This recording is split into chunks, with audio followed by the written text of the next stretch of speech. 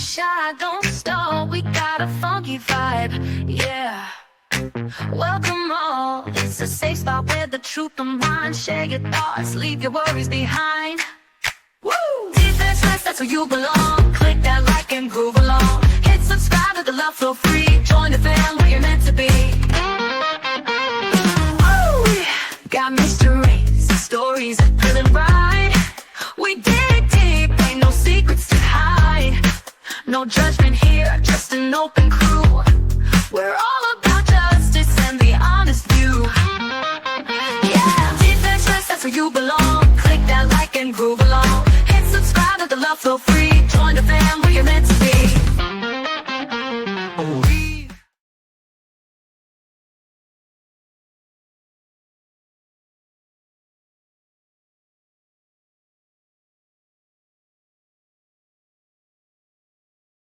Around the time of the homicide or shortly before? Right before, yes. Common topic during the time you were dating Mrs. Adelson? Well, as far as what she discussed, there were multiple. The relocation motion had just been denied a couple months before we started dating, so that was still very much on Wendy's mind. That came up a lot. Then there were the custody issues with the kids, of course. Okay. Did you know Dan Markel? I met him briefly a couple of times. Was that in the context of you being the new boyfriend and exchange of the kids? Exactly. Picking up the kids, swimming lessons one time, never spoke to him for more than 2 or 3 minutes. The interaction that you did have with him, were those cordial? It was polite and cordial. Did you have any issues with him other than things that Wendy was telling you?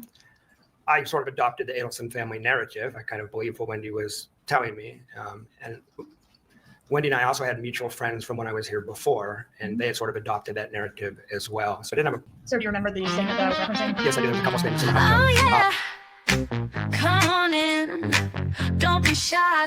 Sir, do you remember the statement that I was referencing? Yes, I did. There was a couple yeah. of statements in the hot tub. Come on in.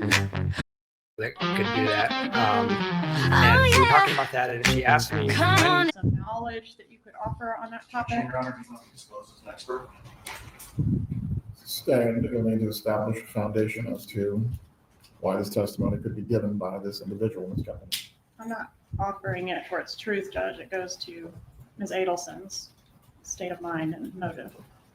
Very well. As to that purpose, I will commit it. However, as to that limited issue only, can this be considered by the jury? So, I mean, you're not an expert on children's autobiographical memories, are you? Not really. That's in some of the textbooks I teach out of, but I think I can keep it out of the scientific realm and explain it commonsensically, which is how I responded to Wendy. Children at age 2 have amnesia, which most parents probably realize. Between 3 and 4, kids start to develop the ability to retain memories. Jeff, this is expert testimony. As to a specific thing that goes to the state of mind of the individual you were testifying about, Mr. Lacoste, you may speak. As to your knowledge of any literature or research on this matter, I do not need you to testify on that matter. What is your profession? What is your background? I'm a professor of social work. I teach mental health courses. Okay. So Wendy asks you what? She asked me when kids develop memory. At what age will kids start to remember what happened to them when they were a kid? And what was your answer? I think I said 5 or 6. Again, this is expert testimony. Although Mr. Zalman sit down, you may testify concerning not the truth of the matter asserted, but how this affected the state of mind of Wendy Adelson. Your Honor, this has not been disclosed to the defense. Please approach. Down, please step outside the courtroom doors. Don't discuss your testimony with anyone else. Discovery or interviews or depositions of this witness, but specifically as to this defendant being able to pose this witness on this topic that did not take place by prior counsel or current counsel. I will find it is trivial and it has not had a prejudicial effect on the ability of defense to prepare, since the state is conceding the matter and no further examination on this topic will take place. The court will give a curative instruction to the jury for them to disregard and not consider as evidence in this matter any testimony that has taken place concerning a conversation between Wendy Adelson and Jeffrey Lacoste as to the children's memories. You may bring in the witness.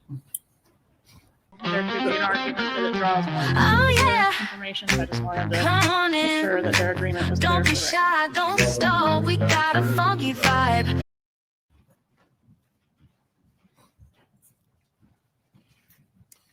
Everyone can be seated. Members of the jury, before the examination of this witness continues, I am going to give you a brief instruction. The last objection that was raised by the defense, it is being sustained.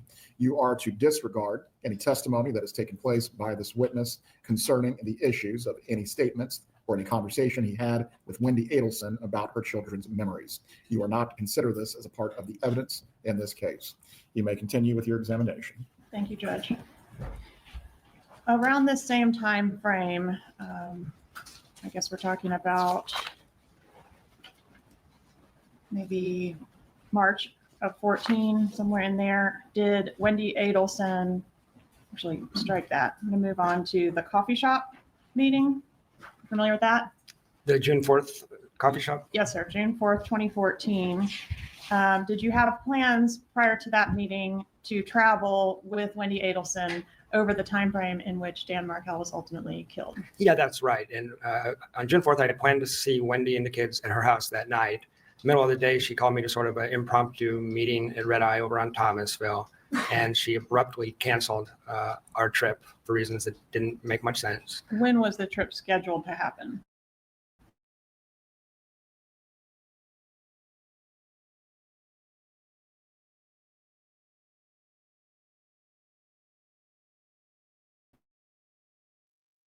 Goes to motive, Judge. Overruled. Don't care if they go on a trip or not. All right, sir. So the reason for not going on the trip? The reason for not going on the trip was tied up on a couple of things. First of all the stuff going on with Danny was a constant refrain. But given the stuff going on with Danny, she was concerned that she might not be back in time, even though our flight was to land the day before. It wasn't so odd to me. It wasn't winter. We're going through it. It's like LA to Atlanta to Tallahassee, leaving in the morning. I didn't see any real reason why that would be a problem. She would have needed to pick up the kids on July 18th, right? Yes. Yeah, she knew that then. Their schedules were planned out for like months. Okay. So you would have returned on the 17th, and she would have been picking up her children from preschool on the 18th. Yeah, I think 5 p.m. on the 18th, which is why, I didn't object. I just said, okay, I didn't make a thing out of it, but it didn't make any sense. And that, just for clarification, that conversation occurred on June 4th. It did. Okay. When was the next time you saw her after that coffee shop meeting? Yeah, so that was mid-afternoon, and in the evening, I had plans to go see her and spend time with her and the kids. And then she had contacted me that she wasn't feeling well and I should rush over there, essentially. She had a stomach problem, so I got there as quickly as I could. All right. So did you go to her residence that evening? I did. And what happened when you got there? On the way there, I remember contacting her and asking her, do you want me to stop and get some stomach medicine or something like that? And didn't. I believe she told me not to. Once I got there, she hemmed and hawed a little bit, and then eventually I left because she was a complete anxious wreck. She didn't have the flu. She didn't have food poisoning. She was just a nervous, anxious wreck, and it was affecting her stomach. So after a little while, I drove to a nearby convenience store to go get her Pepto-Bismol, which I recall because I have a credit card receipt from this random convenience store a few miles from her house. All right. So she was a nervous wreck that night. And did she tell you what the problem was or not? No, there's no discernible. I couldn't figure it out, and she didn't tell me. Okay. All right. Was there a time when you were over at Ms. Adelson's residence and you observed that her TV was broken? Yes. Okay, tell me about that. When did that occur? That would have been around the week of June 11th to 18th, somewhere in that time period. I went over to Wendy's to spend time with her and the kids, and she asked me to take a look at the television. I turned it on. She said there was a problem with the TV. So I turned it on expecting to see input 1 flashing, or, the kids pushed the wrong button or whatever. And what I'm looking at when I turn it on is a screen that's been partially shattered, that's been struck by an object. So she had a broken TV. All right. And did she tell you what happened to the TV? How it got into that? No, she kind of asked me to look into the TV as if, she didn't know. I looked around. It was impossible to me that the kids would have done it, but I didn't know the better explanation at the time. So I was kind of mystified as to what happened. It looked like a human being stood, between 5 and 6 foot, something like that, and stood in front of it and hit it. That's what it looked like. But she was asking me. Okay, so it was like an impact mark, like a round impact with spider webs. Exactly. The image, the pixels are distorted. Most people have probably seen this. So it's, and it wasn't completely shattered. You could sort of see what was going on the television, but it's not a TV anybody would normally watch. Okay. All right, so let's move away from the TV for now. Was there a date that you had with Wendy Adelson on, gosh, have I gone backwards in time here? It was the day before her birthday. What was the date of that? We were scheduled to have a date day before her birthday is April 21st. We were scheduled to have kind of a special date night that night. Wendy didn't answer her phone, didn't answer texts, and I got so concerned about her. A few hours after the date was supposed to have started, I just drove over there to check on her, knocked on the door for a while. She finally came to the door.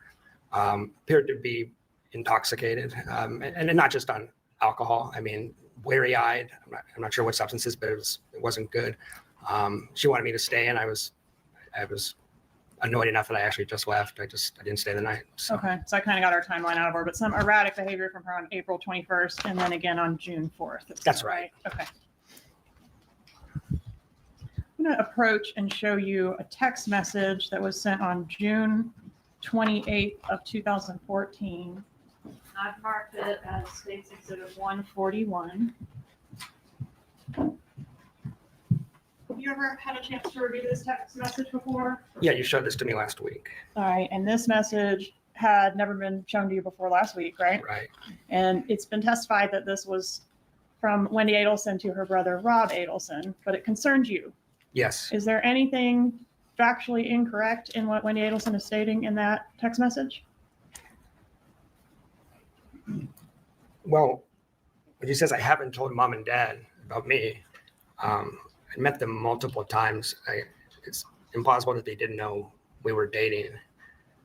For example, I was aware that Donna wasn't thrilled that I wasn't Jewish, so that doesn't add it. This doesn't make sense to me in terms of like seeing me for 6 or 7 months. So And in that text message, she's saying, that you're a secret boyfriend from the parents. Were you a secret boyfriend from the parents at that time? it's implausible. No, I don't In think so. fact, you'd met the parents several times. Yeah, and had conversations with them, limited conversations, but conversations. And the other part that's I think really significant is the kids talked about me constantly. I have all kinds of text messages and emails where Wendy's mentioning the kids are down in South Florida talking about me. So at this time, I'd ask to move into evidence case 141. Objection. Can I see that, please?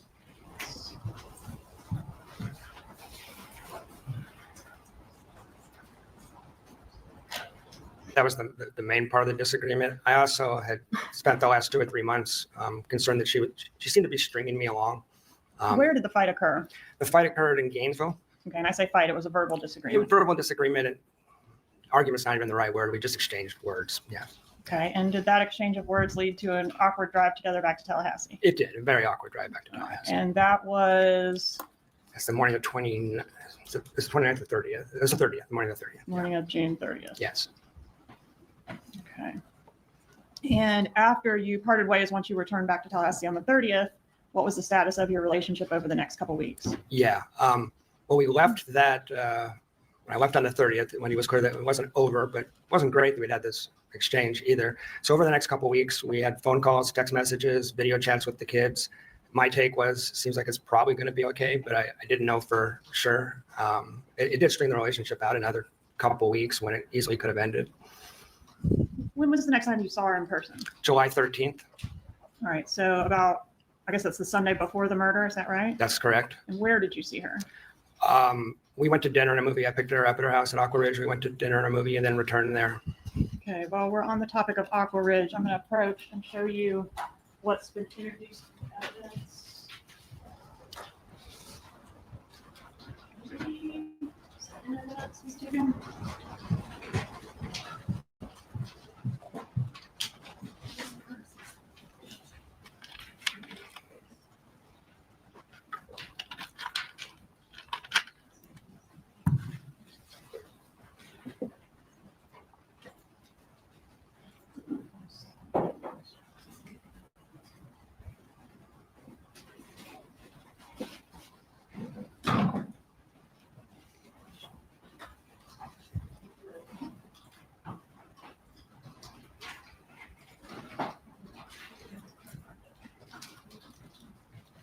That was in the PowerPoint thing.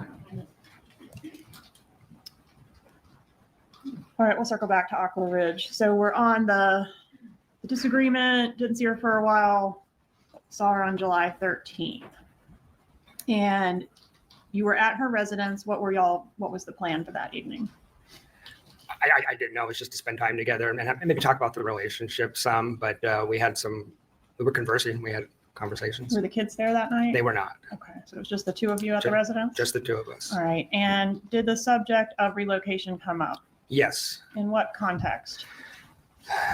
It came up in the context of whenever Wendy got back from Miami, she was always very upset about the fact that the relocation had previously been denied. I mean, it had been legally denied, but she wasn't over it. It was a constant refrain about how much she hated Tallahassee. So we're talking about the future relationship.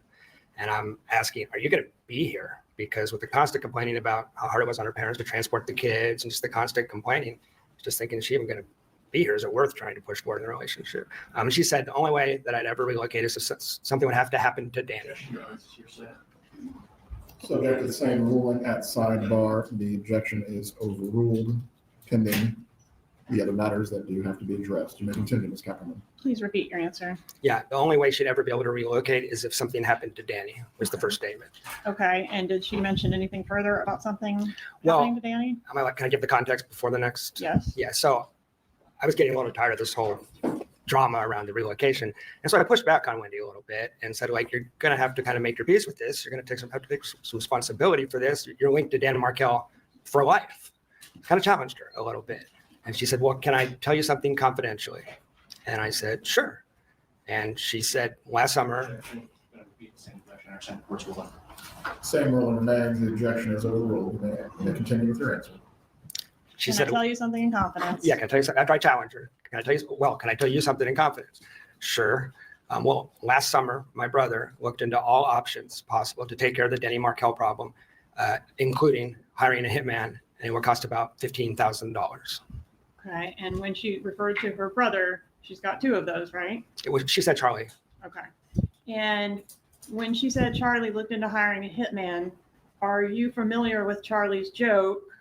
I looked into hiring a hitman, but got you a TV as a divorce president because it was cheaper.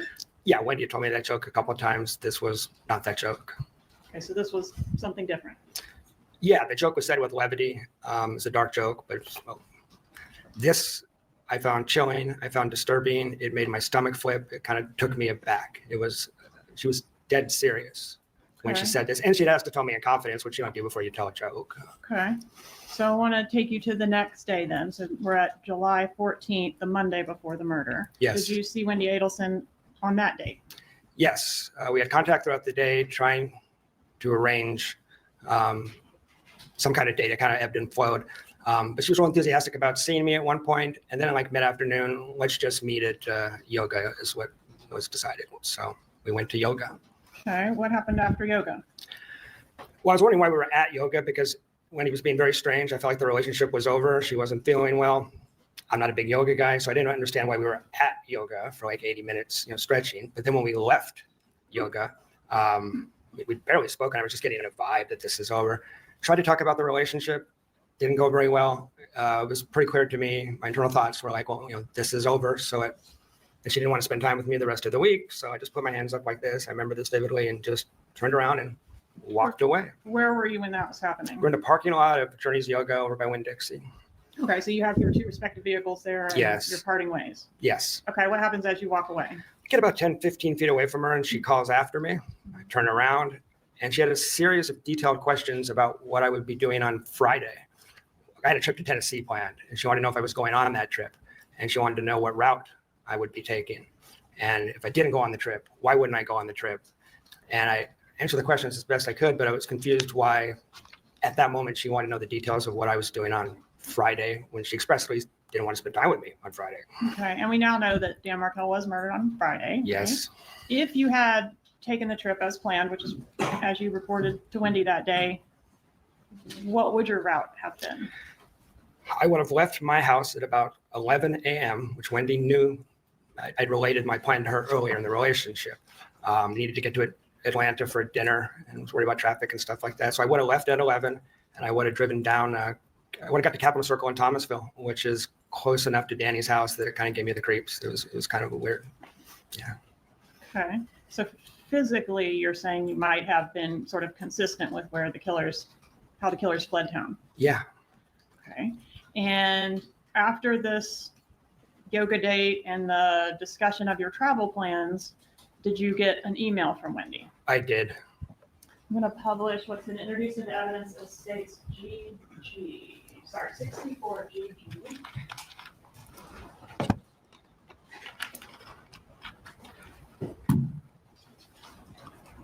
Is this the email she sent you after the yoga date? Yes. All right, so is she breaking up with you? Is that clear? No, she's asking, well, I considered it, based on our interaction, I thought this is over. I had told Wendy if she wanted to break up with me, she doesn't like confrontation, just send me an email or text. She sends me this, which strings everything out for a week. So she's not breaking up. Functionally, that's realistically, I'm not dumb. I'm thinking we're over. But she's asking for another week, which brings it to the 21st of July. And I was puzzled. I wondered what in the world is going to happen July 21st. But I just didn't respond because she asked for no contact. All right, so she wants to have no contact for a week. Right. Okay. I was able to find that photo I was looking for earlier, 86A. I can show you that. You recognize 86A? Yeah, that's Wendy's, Adelson's residence on Aqua Ridge, and that's what it looked like we were dating. Okay. Moving evidence 86A. Any objection? No, Your Honor. 86A is admitted at this time. May I publish? You may. All right, so I blurred the boys' faces, but this is how the residents at Aqua Ridge appeared. Yes. And the kids' art that's shown on the wall here, was that present during the time that you were dating Wendy Adelson? Yes. Was it something that like art would come down, other art would go up, or was it pretty fixed? It was, maybe some art would get added, but I never saw any come down until July 14th. All right. 13th, sorry, July 13th. July 13th, you noticed that the art had been taken down? We walked into the kitchen, and then Wendy was pulling art off the wall. The only time I'd ever seen her do that. Okay. And I want to ask you about, I've nicknamed it the celebration dinner. Are you familiar with that? Yes. Okay. Could you tell the jury about that, please? Yeah. Objection, Your Honor. Calls for hearsay. I understand the court's prior rule. Objection is overruled. Wendy and I reestablished phone contact about 10 days after the murder. She called me, and we had 3 or 4 phone calls. In one of them, she related that her and Charlie had gone to what Charlie called a celebration dinner. And at that dinner, Charlie said something to her. She didn't specify what it was, and she spontaneously vomited all over the table. Okay. Are you aware, sir, that you were suggested as a potential suspect? in this Yes. murder? Where were you when Dan Markel was murdered? I was in Tennessee because I had left on my trip the night before. So Rather you than changed your plan. I changed my plans at the last minute. All right, and you provided law enforcement with some receipts and things to prove that you were in Tennessee at the time? All that, and I got a flat tire, so I ended up getting videotaped at a Kmart. And I know the TPD used that to exclude me with the timestamp on the surveillance footage. May I have one moment, Your Honor?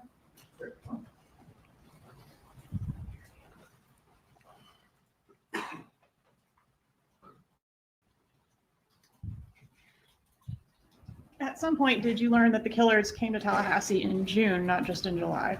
Yes, when arrests were made and the documents were released, I learned that, yes. And did you put together some facts about your travel plans that day that could have potentially made you a suspect on that trip as well if the murder had happened as Yeah, that Friday, I was scheduled to go to a business trip in Gainesville, leaving at 11 a.m. So 2 times in 2014, I leave town on a trip by myself in my car, and both times hitmen are in town trying to kill Danny Markel, once successfully, obviously. Are you familiar with the type of vehicle that was originally rented by the killers in June to make that June trip? I am. And was that significant to you? Yeah, I mean, this is long after this all happened. I'm learning this from court proceedings in 2016. But when I heard they rented a gray Altima initially, I had a 2004 Nissan Sentra. That freaked me out because that's about as close as you were going to get to my car on the rental market. I'm going to show you what I marked as state's demonstrative exhibit G. Recognize this exhibit? Yes, ma'am. All right, is this the make and model of it's not the actual rental car, but the make and model of the rental car compared to the make and model of your vehicle? Yeah, my car's right on top. That looks just like the car I had at the time. Permission to publish, Judy, Your Honor? You may.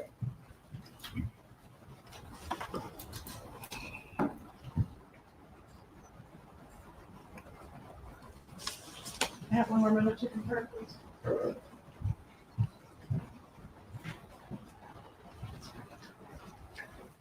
further questions, Judge.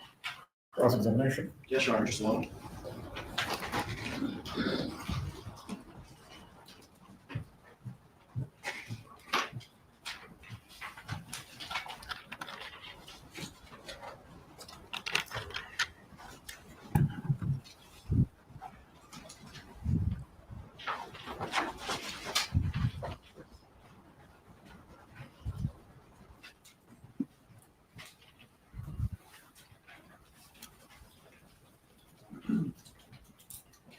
Morning.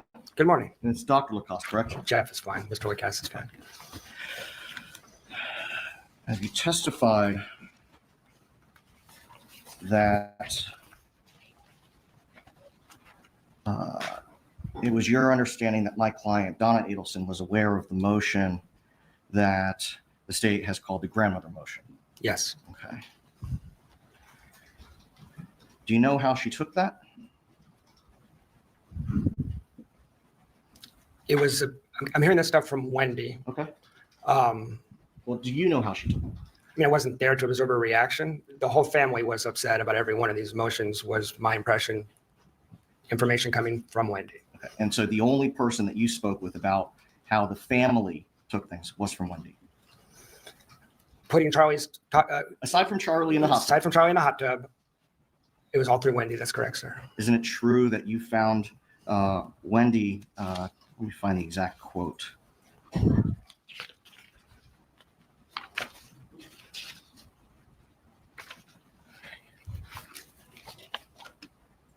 Didn't you find Wendy to be a deeply deceitful person?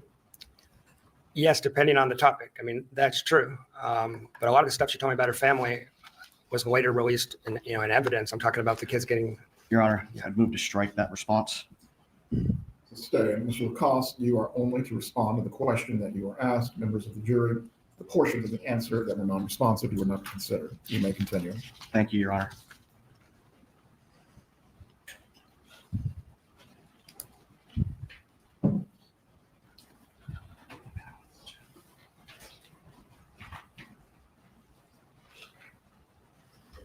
You yourself do not have any personal knowledge as to how my client, Donna Adelson, took the grandmother motion, do you? No.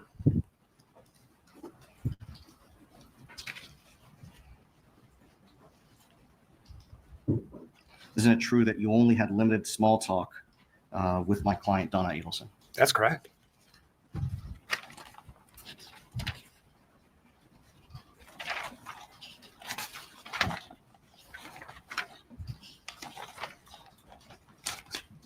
Now let's talk about the damage to the television that you observed in June of 2014. Can you tell us again how you described that? Yeah, there was a spider web pattern, like in the center of the screen, and it radiates outwards. Anywhere it's been cracked, it will pixelate. So you can see what's going on. You can track it, but it's not pleasant, and you would never watch that TV. And we watched a whole movie on that TV at Wendy's insistence, which was why I remember this. It was a very strange evening. Didn't you suggest going to watch the movie on another TV? Yes, I did. There was a perfectly good TV in the other room. That's correct. And she made a fuss. I tried to respect Wendy's boundaries, her house, her kids, so she didn't have to make a fuss. It's an awkward situation dating someone as, do kids, so I'm not insisting on anything. But the kids were whining about the broken TV. That is correct, sir. Made it difficult to even really watch or enjoy the movie. That's right. Could you tell us about how big that impact was? Fist sized? Adult or child? I don't remember with that precision.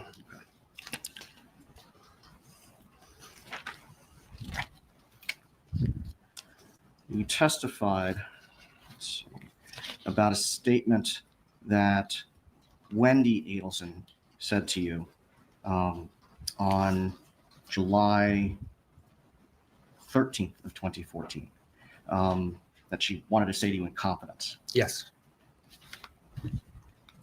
And it was that her brother looked into hiring a hitman. Her brother, Charlie. Her brother, Charlie. Yes, sir. That's correct.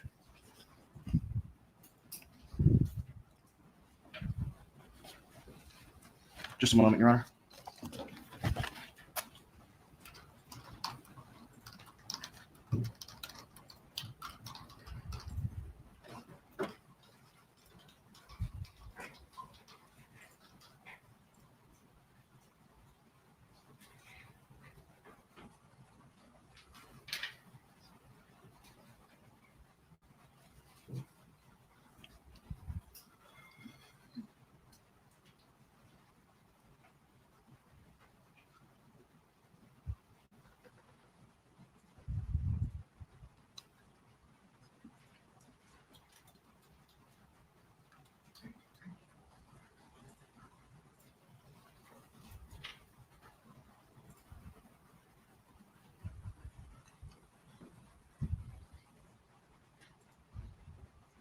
Nothing further, Your Honor. Redirect examination. No, Your Honor. You may step down, Mr. McCollum. Please call your next witness. Murdered and shot in the head in the garage, and they don't know who did it. So that's all I knew. It was pretty short. Was that a topic that came up one time or more than one time?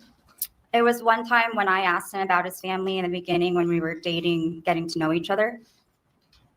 And then obviously throughout our relationship, it became a bigger topic. Okay, but during the fairy tale phase, was it a topic that would come up regularly, like what's going on with the investigation and wonder who did it, that sort of thing? So the fairy tale phase, that was before the investigation, before they suspected him or his family. So no, it did not come up, just that one time. Okay, and did you previously say, did you have a law enforcement interview in this case? I did. I did not know I was being recorded, but yes. It was recorded. I okay. was, You yes. had a chance to review it? Many times, yes. And in that interview, did you say for court and counsel, page 50, lines 19 through 23, quote, like they weren't ever curious, like who really killed him. They weren't upset about it, it seemed like. Did you say that? If it's there, yes, I said that. All right. And then there was a time, which, are you familiar with the bump in which law enforcement approached Donna Adelson posing as a gang member or a Yes, criminal? ma'am. Okay. And in that, after that bump, did everything sort of change in your relationship with Charlie Adelson? During and after, absolutely. Okay. And that law enforcement operation that I'm referencing occurred April 19th of 2016. Is that something that he reported to you? Were you aware that that happened with his mom? No, definitely not. He didn't say Not anything? during the time. Okay. When did you learn about that? I might have even learned about it from 2020 or something when we watched it, or he told me later on Okay. after the fact. So although you were inseparable at the time it happened, he didn't mention it to you. No. In what ways did Charlie Adelson's behavior begin to change around that time? Around that time, I noticed he wasn't sleeping. He was up in the middle of the night. He was very extra stressed and anxious, worried, depressed. Overall, he became depressed over time. All right. And at some point, you did learn some things from the media about this case. Was there something that stood out to you about how the hitmen said they were paid? I did read the affidavit and everything, which said Lewis or somebody mentioned they were paid in staples, like bundles of And- cash with And staples. why in it. did that stand out to you? Because I noticed that Charlie stapled his money, or he had money that was stapled. Okay. So you had seen that in his residence before? Right after I read that, so after I After you- found out that the money was stapled. After you found out the money was stapled, you saw the stapled money? Or no, sorry, let me think.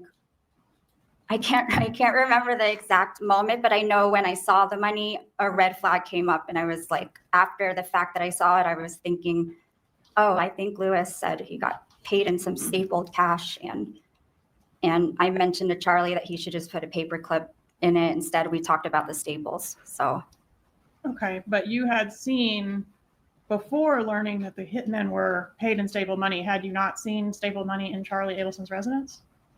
before the hitmen were paid, Yeah. I didn't know Charlie back then when the hitmen I'm were paid. sorry. I'm sorry. Yes. Before you learned that the hitmen were paid in stapled money, which you learned from the media, you had seen stapled money in Charlie Adelson's residence. It was after, because when I saw it, I was thinking to myself, that's strange, the staples, and then it clicked. So it was after I saw. After you saw the article or the TV broadcast, you then observed it. in his After I residence, found out. and that's when it clicked. Yes. Okay. And the stapled money that you saw was $100 bills stapled into $1,000 bundles. Is that right? Yes. And there was quite a few of them that you saw, right? Right. Okay.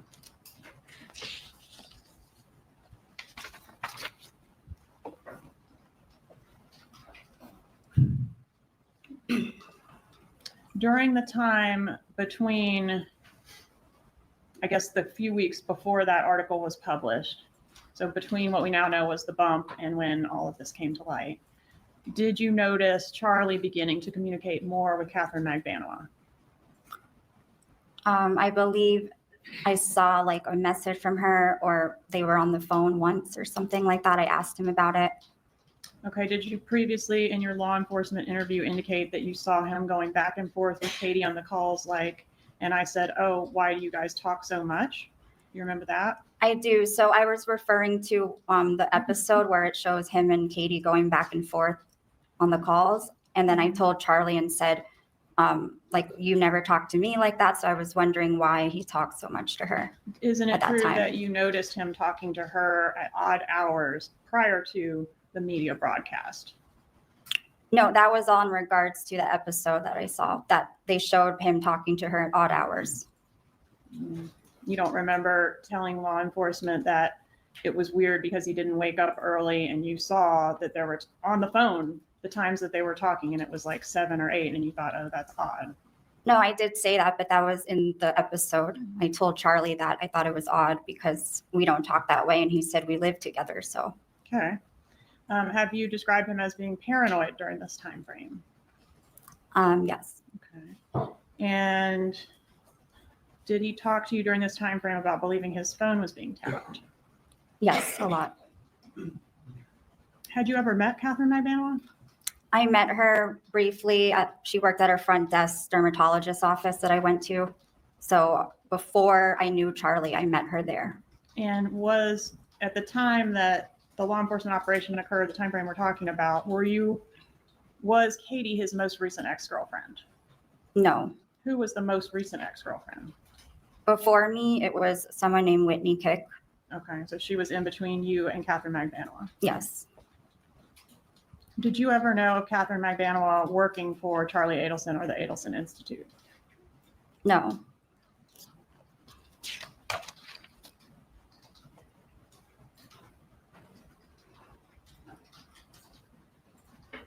All right, and then when you mentioned you were still with him at the time that Magbanis was arrested, did his erratic behaviors get better or worse at the time of her arrest?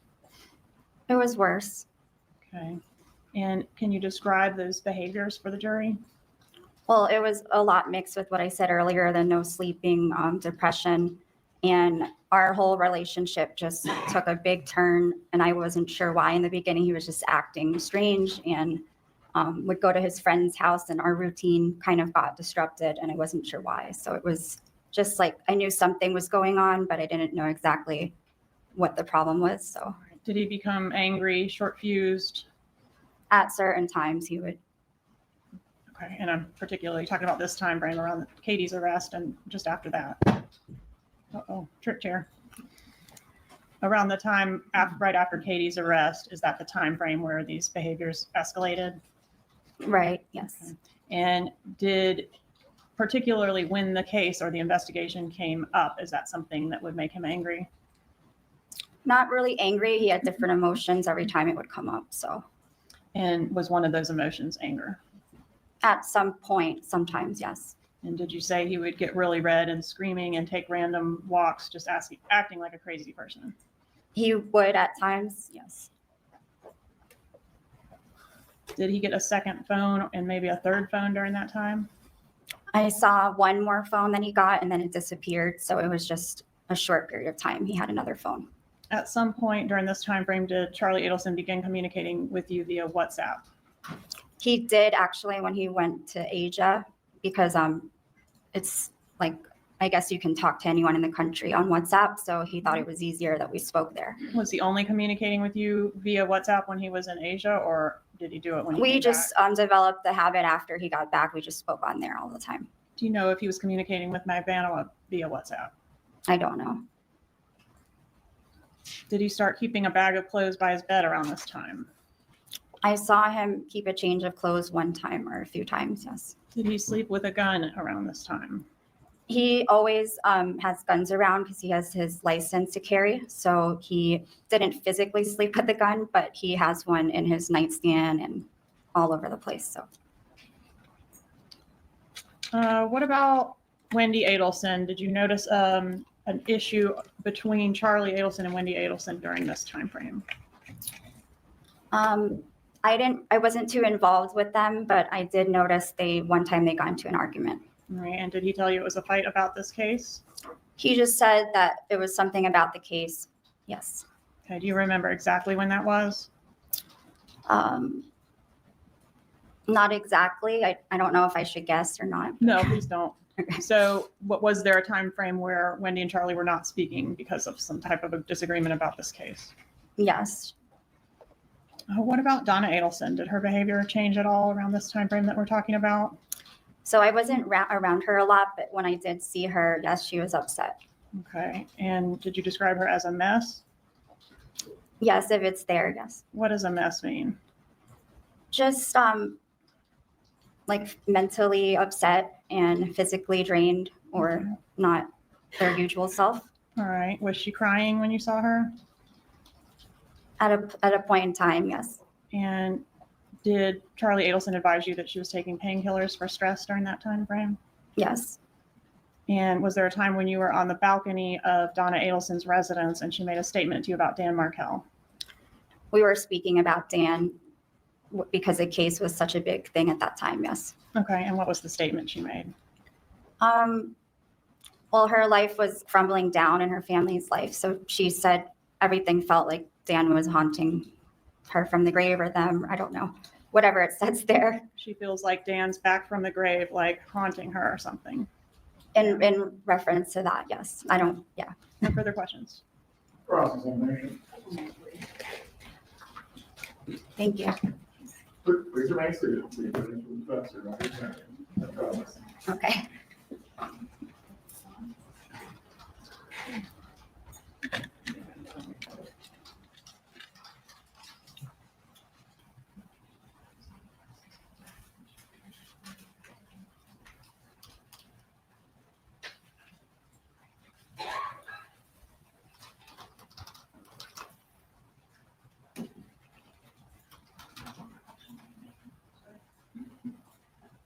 Judge, can I ask one more question on this? Go ahead. Did Charlie Adelson make a statement to you about Katherine Magbanis' breast augmentation? After the 2020 episode, he made a statement and joked about it, yes. What did he say? He was saying they were thinking that he paid for the whole thing, and then he said, like he said he paid for one or something and laughed. Only paid for one of the breasts, half of the work. Right, but he was laughing, so it was just a joke. Okay.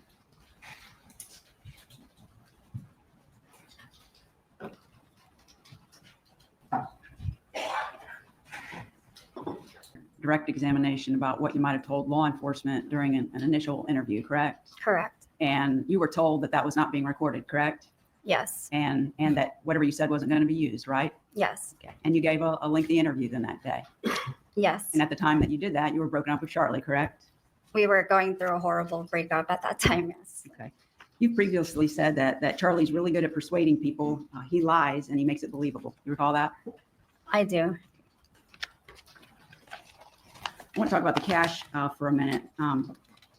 He had a lot of cash, right? From what I saw, I don't really know his bank account, but I'm just talking about the cash that you saw. yes. Okay. And you testified, there seems to be some confusion about whether you knew that before you saw it come out that it was stapled, because I thought you previously had said that when you saw in the article that Luis Rivera referred to being paid in stapled cash, that a light went off in your head because you had previously seen Charlie had stapled cash, correct? Correct. Okay. And he had it stacked in $100 bills in groups of 1,000. He put them together and he stapled them, right? Right. I didn't see him staple them, but you they saw were that it was- stapled already. You saw that it was stapled, Mhm. correct? Yes, And he had a safe in his room that he kept money in, he did. and it was a very large safe, correct? He had guns in there too, so it was large. And I think at one point you told law enforcement that it was about the size of a refrigerator, right? Right.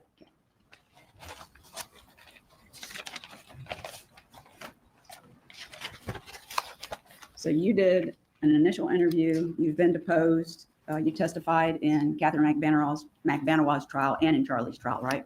Right. This is my fourth trial. Okay. So I have the transcripts from each of those. And you testified on direct that you didn't think the Adelsons, referring to all of them, you didn't think they were curious about who had killed Danny and what had happened. You recall telling law enforcement that? Right. At that time, it seemed that way. Okay. And didn't you later say that you were really just speculating about that? Yes.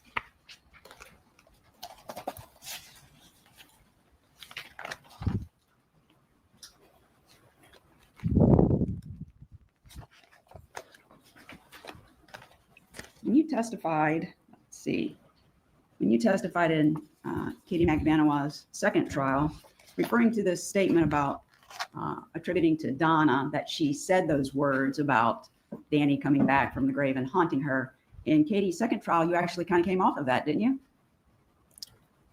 Wait, I'm sorry. Can you say it again? Yeah, sure. When you Lost train of testified, thought. so you originally made that statement to law enforcement. You used those words. Yes, He came back from the grave, haunting her, something to that effect. right. Okay.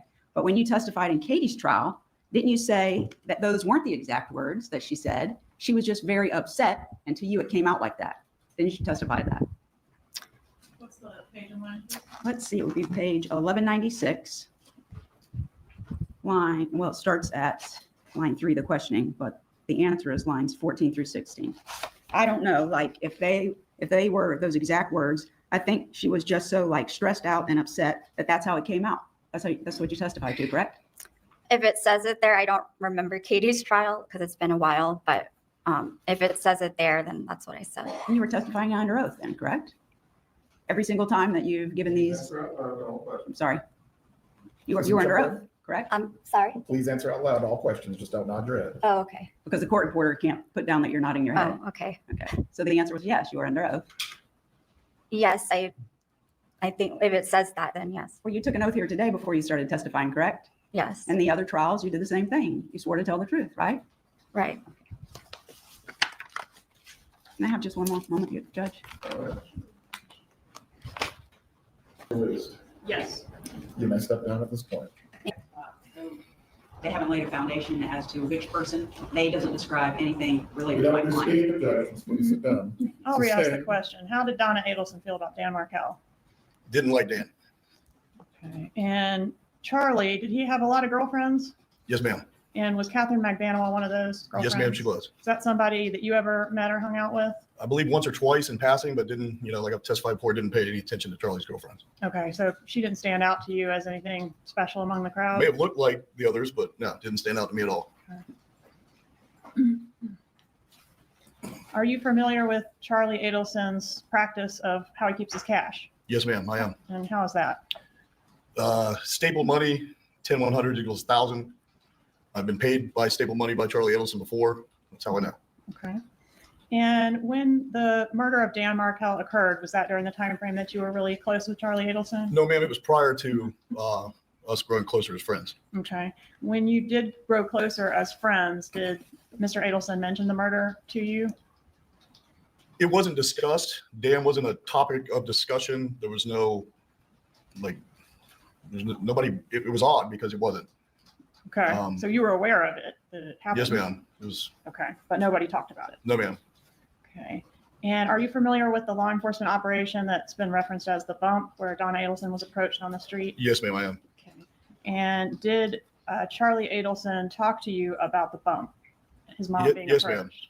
Okay. And prior to that, had Charlie Adelson ever mentioned being harassed or extorted or anything like that? No, ma'am. Okay. So when this happened with his mother, did his demeanor change? How was he acting about this incident? Charlie became agitated, nervous, anxiety. I guess looking back now, guilty, just abnormal.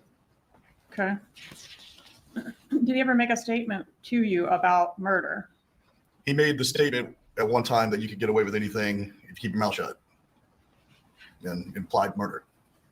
All right. After the arrests that occurred in this case, and I'm referencing the 3 suspects that were arrested prior to him, did that impact his behavior or demeanor around you When the others were arrested? when the other arrests occurred? Yes, ma'am. That behavior continued to increase. Okay. So he was anxious, would you say? More needy. Charlie talked a lot, and In he talked a general? lot about it. Yes, ma'am. And he talked a lot about what? Those arrests? Charlie would talk about something repeatedly, almost to help himself believe something, or to talk to you till he was blue in the face until you were almost so tired of hearing it that you're like, oh, okay, and you believed it. But Okay. it was nauseating. It's tiring. He was a talker. Yes, ma'am. All right. Is it fair to say that Charlie was not stressed out at all about the murder or anything related to this case prior to that law enforcement operation? From my understanding, yes, ma'am. And after that operation, based on your observations of him, he became very upset and worried about this case. Yes, ma'am. No further questions.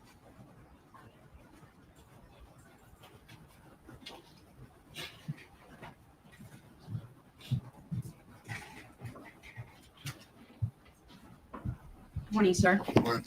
I've never met you, but we spoke on the phone once and then you did a deposition. You recall that? Yes, ma'am, I do. The deposition was recently, I think August the 14th. You recall that? Yes, ma'am. I think you appeared by video. Yes, right? ma'am. Okay. When you gave your deposition, you indicated that you barely know Donna Adelson, correct? I didn't know her like I knew Charlie. No, ma'am. And you've been around her many times. Yes, ma'am. And she was always nice to you. Very nice. She and Harvey were pleasant to be around. Very pleasant. You knew Charlie very well, as you've testified, Yes, ma'am. and you were friends, Yes, correct? ma'am. But that ended, didn't it? Yes, ma'am. And it was an ugly ending. Yes, ma'am. Okay.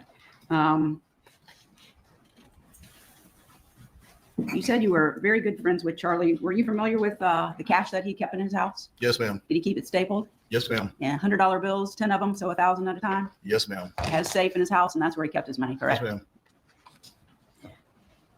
Kind of had some issues. I think my co-counsel was asking you some questions in your deposition, but the bottom line is you have a feeling, and that you say that it's known that the Adelsons didn't like Dan Markel, but you couldn't give us a specific comment in your deposition that Donna Adelson ever made. It's just well known, correct? It was implied. Yes, ma'am. Thank you. No further questions.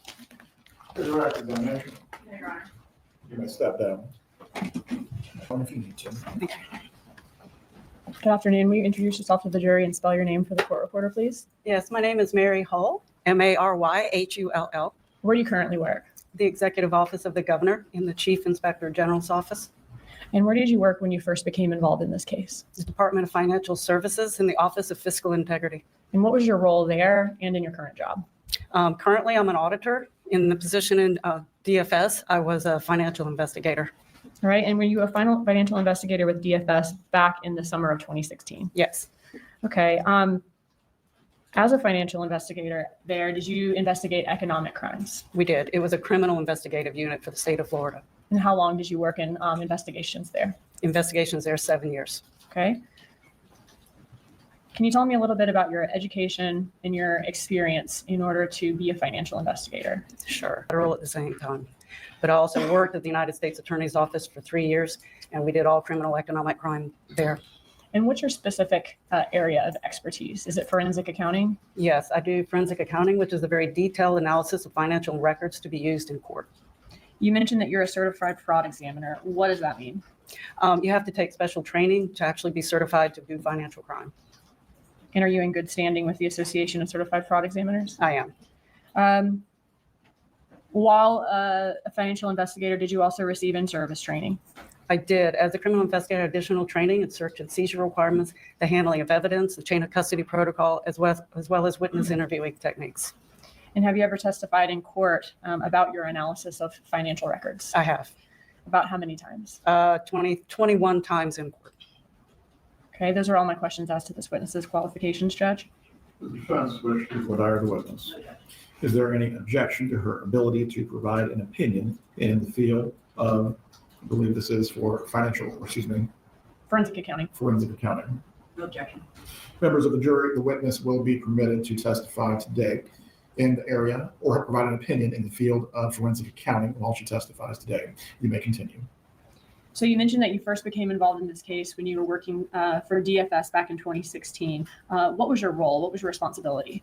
So I looked at all of the bank records, specifically was my first look at the records to analyze and detail everything that happened in those accounts. Could you speak up this whole Right. I did all the financial analysis for the bank records, as well as I did some iCloud records and emails and other documents that would come through DHSMV records.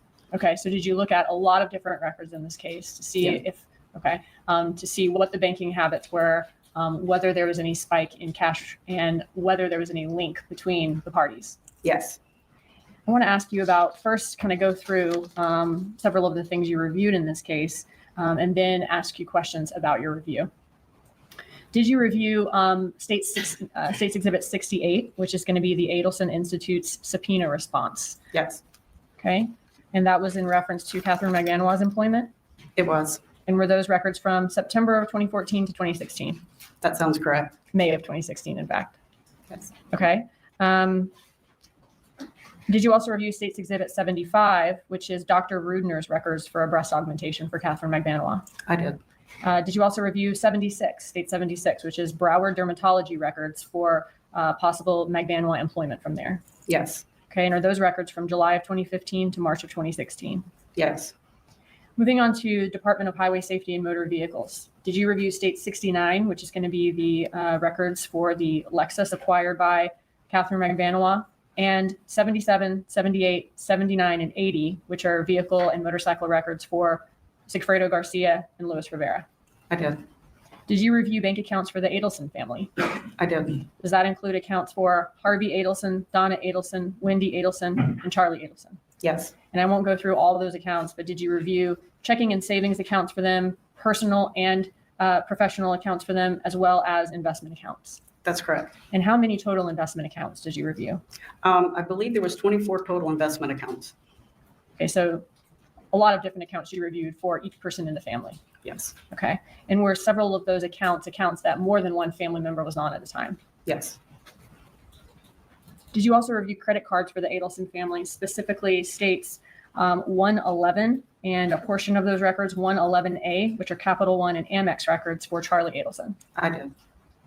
Did you also review States 110, which is Adelson Institute bank records from Regions Bank? I did. Did you also review States Exhibit 106, which is going to be a checking and savings account for Luis Rivera from Chase Bank from 2014 to 2015? Yes. Did you also review States 107, a Bank of America records from Garcia's account from 2015 to 2016? Yes. Did you also review State 74, which is employment records from Coastal Masonry for Sigfredo Garcia from 2009 to 2014? Yes. Did you also review States 108 A and B and 109 A and B, which are Bank of America accounts and JP Morgan Chase accounts, respectively, for Katherine Magbanis from 2013 to 2017? Yes. Did you also review States 82, which are copies of 44 checks from Adelson Institute deposited into Magbanis' bank account? Yes. Did you have an opportunity before court today, so you didn't have to do it now, to review all of those records that we just talked about, just to assure yourself that they were the same as the one you reviewed? Yes. Okay, and did all of those records that you reviewed come with a certification attached to them, certifying them to be official records from each respective company or business? Yes. 9, 74 through 81 is the amount of data in all of those records pretty voluminous? Yes. Are you going to be relying on a summary of all of the records that you've reviewed today for your testimony? I am. Okay, and did you review before court today this notebook, States 81, which is a summary of your findings from all the records that you reviewed? Yes. And is it a true and accurate copy of the results from your findings? Yes, it is. Okay. At this time, Judge, I would move States Exhibit 81 into evidence as a summary. Any objection? If I can just look over here. Go ahead. Thank you. And just for the record, that's going to be a composite exhibit. Now, in this composite States 81, for each of the graphs that we see that were created, after each graph, is there also information from the accounts kind of showing your work of how you made those findings? Yes. Okay.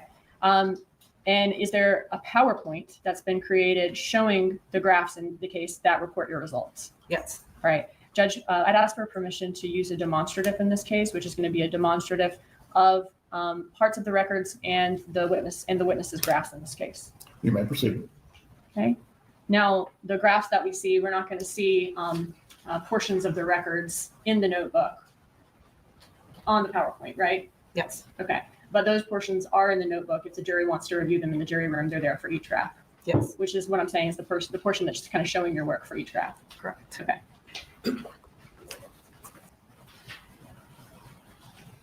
And what, if any, vehicles did Rivera acquire after the murder of Dan Markel on July 18th of 2014? He purchased a 2003 Suzuki motorcycle on July 28th, 2014, and a 1996 Toyota Camry on July 31st, 2014. And here are these pictures from the social media records in this case of Luis Rivera and Garcia on motorcycles. Yes, it is. And the one that Rivera's on is on a yellow motorcycle. Yes. Looking at Luis Rivera's bank accounts in this case, the Chase bank account from May 2014 to November of 2015, were his checks from his workplace direct deposited into that account? They were. About how much was direct deposited every week? Every week was about $500 or $600. And where were his paychecks coming from? Coastal Masonry. So he had a steady job at Coastal Masonry throughout the time that you reviewed his bank records for in 2014 and 2015? Yes. What did you learn about how his banking patterns or banking habits changed following the murder of Dan Markel? Yeah, he had a very interesting banking pattern. All his bank checks were deposited into his account. Then he would go by and withdraw virtually all of it. And he had certain preset auto drafts that would come in, and then they would bounce because there wouldn't be any money in the account. So he had a lot of overdraft charges. And how did that change after the murder of Dan Markel? Right after the murder, he all of a sudden left the money in the account, and then nothing overdrafted for about 4 months. When was his last large cash withdrawal before the murder of Dan Markel? It was 7/15/2014. And you said it was about 4 months then that his old habits of... Yeah, the next overdraft didn't happen until November 1st of 2014. And what do we see here? So this is a visual depiction of his bank account showing the overdrafts. The red bars are the overdraft amounts that happens, the number on the specific days. And then you can see that big wide span in the middle where there's no red bars. And then it picks back up in the first part of November. I will add that even though it's not on this chart, that the car and the motorcycle was purchased in that section where there were no overdrafts.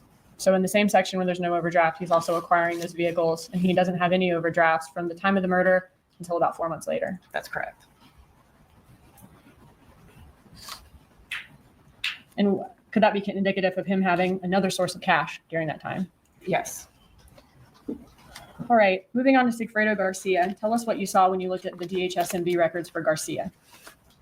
Yes, he purchased a 1997 Honda Racer on July 26, 2014, a 1984 Monte Carlo on August 22nd, 2014, and a Nissan Maxima on October 17th, 2014. Okay, so we didn't find a picture of the Maxima, but that's kind of how a Maxima of that style would look here. Yes, it was a sedan. Okay, and then the Monte Carlo is on the two-toe Dade account here. Yes, that's correct, in blue. Okay, and then we see his yellow motorcycle all the way to the right of the screen. Yes, And so those were all purchased within 3 months of the murder. that's correct. And can you tell us about Garcia's bank accounts? There was not a bank account located during the time or shortly after the murder. He did have one. Let's see. From June 15th to July 16th.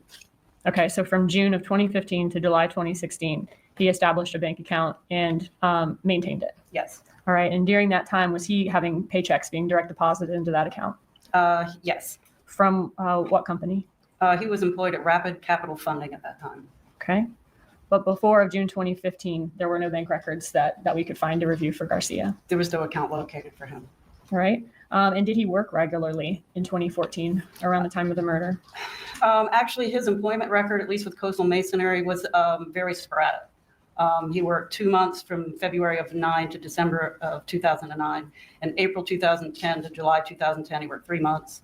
October from 2012 to August of 2013, he worked 10 months. And April of 14, he worked 1 month. Okay, and we have no record of him being employed at the time of the murder. No. So both Luis Rivera and Garcia both worked for Coastal Masonry. Rivera's job was consistent and steady, and Garcia's was more sporadic. Correct. All right. For Katherine Magbanis, did she already own a car according to the DHS-MV records at the time of the murder? She did. And what type of car was that? That was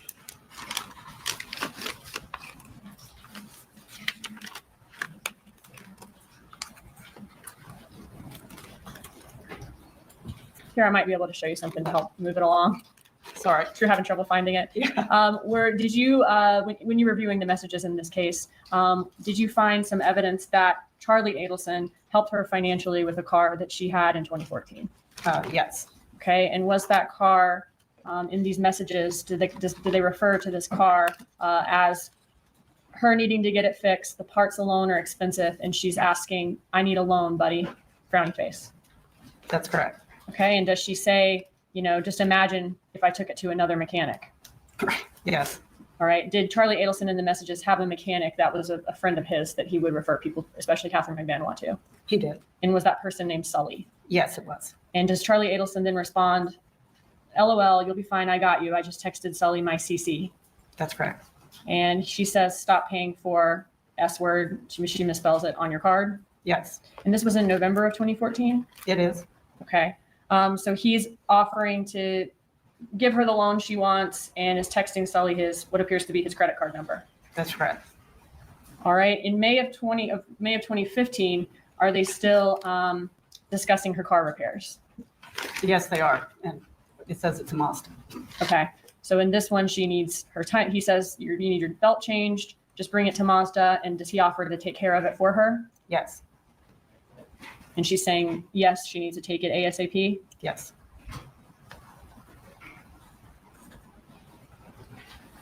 And what do we see here in November of 2015? This is a text message exchange about him paying for the repairs for that car. Okay. And in this exchange, Charlie Adelson is continuing to offer to put these repairs on his credit card. Yes. And this is Charlie Adelson words in blue and Katherine Magbanis words in green. That's correct. And at the end of that conversation, does Katherine Magbanis let Charlie Adelson know how much the repairs ended up being? Yes. And what was the amount? $1,650. Okay, I'm sorry. I'm on the next page. I think you are correct at the bottom of that. That's what he authorized to put on his card. But the actual payment was for $1,620.77. Okay, thank you. So looking at the bottom of this exchange, Katherine Magbanis estimates, she says, just put $1,630, and Charlie Adelson offers, how about I put $1,650? Yes. So he offers, I'll even pay $30 more. Yes. And then she says it came out to $1,620. She says, thanks again, I'll pay you back. Is that right? That's correct. And then when you looked at Charlie Adelson's Amex, what did you find? I found the payment to Mazda for the $1,620.77. At the end of 2015, after all these repairs and Charlie Adelson offering to help her financially with these repairs, at the end of 2015, does it appear that Katherine Magbanis got a different car? She did. And what's the first indication of that? There was the title. We looked up for the GHSMV records and saw where it was purchased. Okay.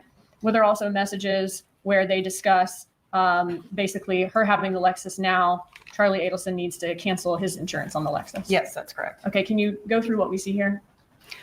This is where he's discussing on December 14, 2015, that he's canceling the Lexus insurance. And she said she would get to it. She has a kid. She would do it later. And then he says, I just paid for it. Okay. And in these messages, when he says he's going to cancel the Lexus insurance today on December 14th of 2015, does he say, just spoke to my mom. She's paying the insurance now. Just please go this Saturday, smiley face. Yes. And that's when she's saying, I'll do it. I've got my kids. Mm-hmm. And Yes, then does Charlie Adelson then say, just paid it. They'll prorate it back to us. Just go Saturday. Don't rush today. And she's saying, I'll take care of it. Don't worry. Yes. Does he say, already paid it 5 minutes ago. Just chill. You are still the best. That's correct.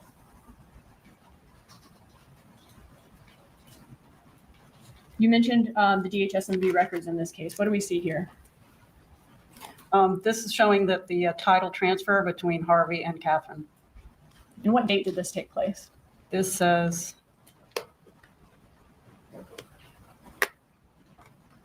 Let me see if I can zoom in a little. January 23rd, 2016. It's on the right-hand side. Right here. Yes, January 23rd, 2016. Okay.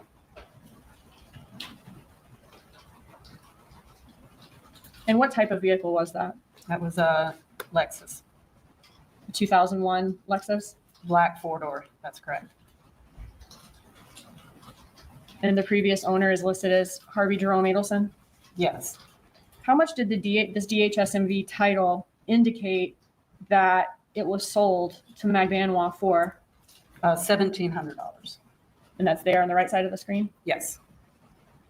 Were you able to find any record of payment from Katherine Magbanis to any of the Adelsons for this vehicle? No. Did you search all her accounts? Yes. Was there any check, or maybe she just withdrew that amount of cash? Was there any cash withdrawal for that amount? Nothing that correlated. Were you able to find any deposit into, if she, let's say she already had that cash at home, any deposit into the Adelson's account for that amount? No. Was there, in a little while, we'll see that she was receiving money from Adelson Institute, correct? That's correct. Was there any drop in the money she was receiving from Adelson Institute in that time to account for maybe this was just taken out of her salary? No. Can you insure a vehicle without transferring title? No. Do you have to put a sales price or list it as a gift on the title transfer? That's correct. If you say it's a sale on the title transfer, are you taxed? Yes. Is there a financial benefit for listing a really low sales price on a title transfer for a vehicle? Yes, it makes the registration fees less. And who decides what number goes on the title? Normally, it's usually the seller that's supposed to put that on there, but all the transactions I've ever heard of, they just leave it blank and let the buyer put in the amount. So just the person who's submitting it to the tax office so they can later get the car insured. That's correct. So if I sell a car to you for $3,000, but we agree to put $300 on the title transfer, we would pay less taxes on it. Yes. Looking at other written communications between Charlie Adelson and Katherine Magbanis, did it appear that Charlie Adelson provided other financial assistance or gifts to Katherine Magbanis? Yes. I'm just trying to go to the next slide, but I think I got to zoom out first.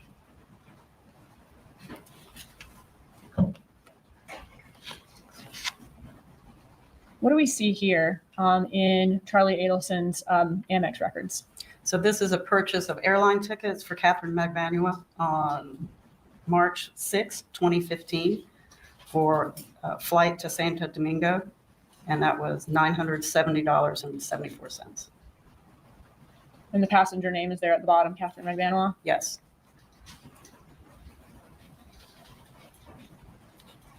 Okay, other than these $970 worth of airline tickets to Santo Domingo, were there other evidence of financial assistance or gifts? Yes, there was. Looking here on October 19th of 2015. This is a set of text messages from Katherine, between Katherine and Charlie, that she's asking for, she wants to take her kids, I'm sorry. You don't have to look up with plane tickets. I want to leave for Thanksgiving. I want to take my mom. It's her 60th on November 9th. And then he's discussing cruise options. She wants to take a trip with her mom. Okay, so she wants to leave for Thanksgiving. She wants to take her mom too. It's her 60th birthday. And at the bottom, he asks, where do you want to take your mom? Correct. This is a continuation of the text messages where she says she wants to do something nice for her mom. And she may have days off on Thanksgiving. Does she offer the fact that maybe I'll rent an RV and drive cross country? She does. And then what does Charlie Adelson offer to do about halfway down this page? To get her a cruise for her and her mom. And she agrees. I was thinking about a cruise too. Yes. And then he discusses, perfect, they have really nice ones. Y'all can leave on a Friday, go to 2 ports, come back on a Monday morning, and you won't miss work. That's correct. Okay, and this is in October of 2015? Yes. And then does he continue to offer in that text messages, I think it would be super cool for you to go with just you and your mom from Friday to Monday on a Norwegian cruise. It leaves Friday at 4, comes back Monday at 7. Does that work for you? Let's look at dates. Is that right? Yes, that's correct. So in that exchange, Magbanis mentioned something she might want to do. Charlie Adelson is the one offering to do this. Yes. In this message from May of 2015 is Katherine Magbanis saying she has a lot of things to pay for. She needs a little help because of her kids' tuition and stuff, and she had to stop her weekend job. She says, I hate asking. That's right. And he says, I will lend you whatever you need. That's correct. And then shortly after this text message exchange on May 20th, what do we see in the bank records? We see an ATM cash deposit for $1,400 into Katherine Magbanis' account. And was that a large amount of cash for her to deposit for her? Yes.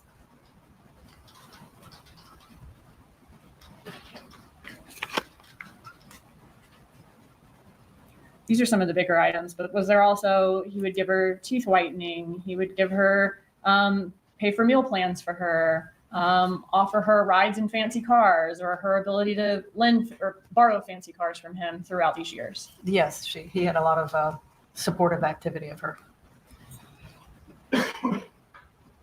Looking at these records from Dr. Rudner's office, did Katherine Magbanis have a breast augmentation surgery in October of 2014? She did. And looking at this record here, how much was that breast augmentation surgery? The total credit was $4,608. Looking at the records, how was that paid? Oh, I'm sorry, let me go back. How was that paid? Was it paid by cash or credit card or both? 4,400 was in cash, and then the 195 was on her credit card or debit card. So what was the portion of that breast augmentation surgery that was paid in cash? 96%. Are there corresponding withdrawals of cash from any of Katherine Magbanis' accounts to No. reach 4,400? No. Or even 4,000? No. Around that time or before that time? No. Did you actually add up all her cash withdrawals from January 2014 to October of 2014, and they only totaled a little over $2,000? That's correct. And what date was her surgery? Surgery was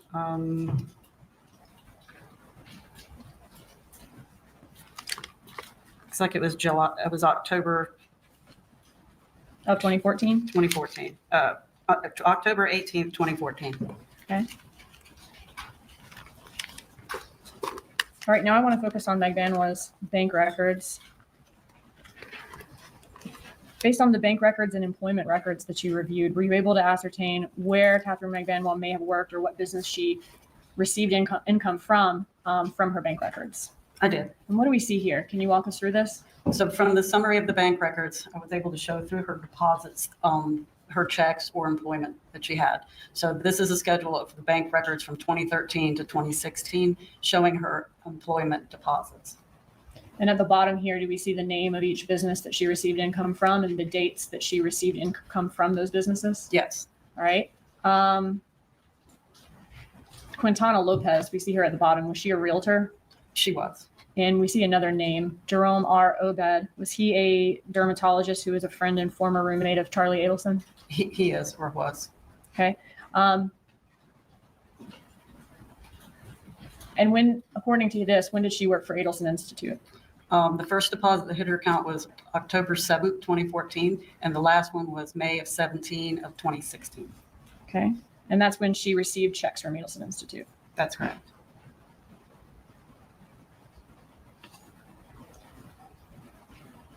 What do we have here? So this shows the horizontal bars show her employment time frame, and then the murder and the bumper also showed on as a time frame. When was her last check from Sophie Dental Care, the dental company she was working at before the murder? The first part of July 2014. Okay. And then she didn't have any more checks or didn't receive any more checks from them after that point? That's correct. Is there any record of her being employed anywhere at the time of the murder? No. And you said she began receiving checks from Adelson Institute about a little less than 3 months after the murder? That's correct. And she received checks from them until the last check was dated in May of 2016? That's correct.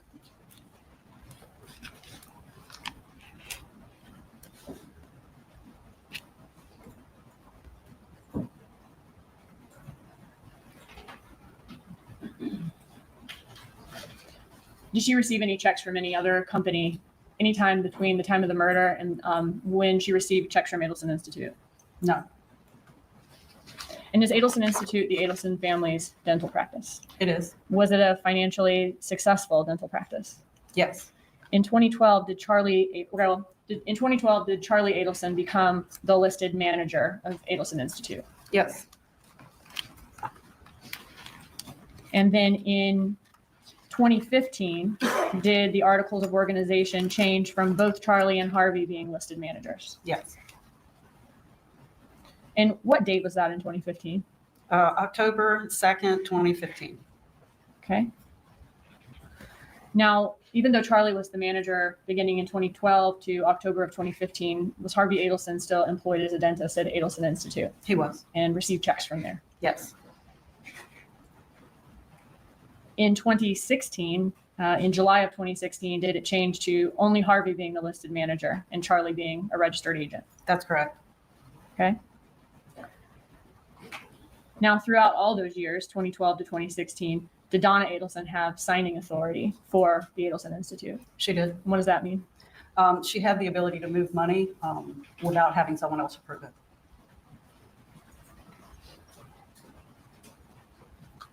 Was there evidence from Charlie Adelson's iCloud in reference to how or why Magbanis began receiving income from Adelson Institute? Yes, she was saying that she needed to show employment to get not only health insurance for her kid, but an apartment that she wanted to rent. Okay, so looking at this text, is this a text from June 24th of 2014? It is. So this is about maybe 3 to 4 weeks before the murder of Dan Markel? That's correct. And in this text, does she say, baby, I'm going to need help on the employment info. I have to send to DCF for my kids' INS. Could that be short for insurance? Insurance. Also, if I have to end up moving later on, I need to show I'm working for you or else I won't be able to get an apartment. Does she say that at 12:33 p.m.? She did. And what does he say back at 12:36? No problem. No problem, short for no problem? problem. Okay. And is this a time when his mother is signing authority there That's correct. and he's manager? Yes.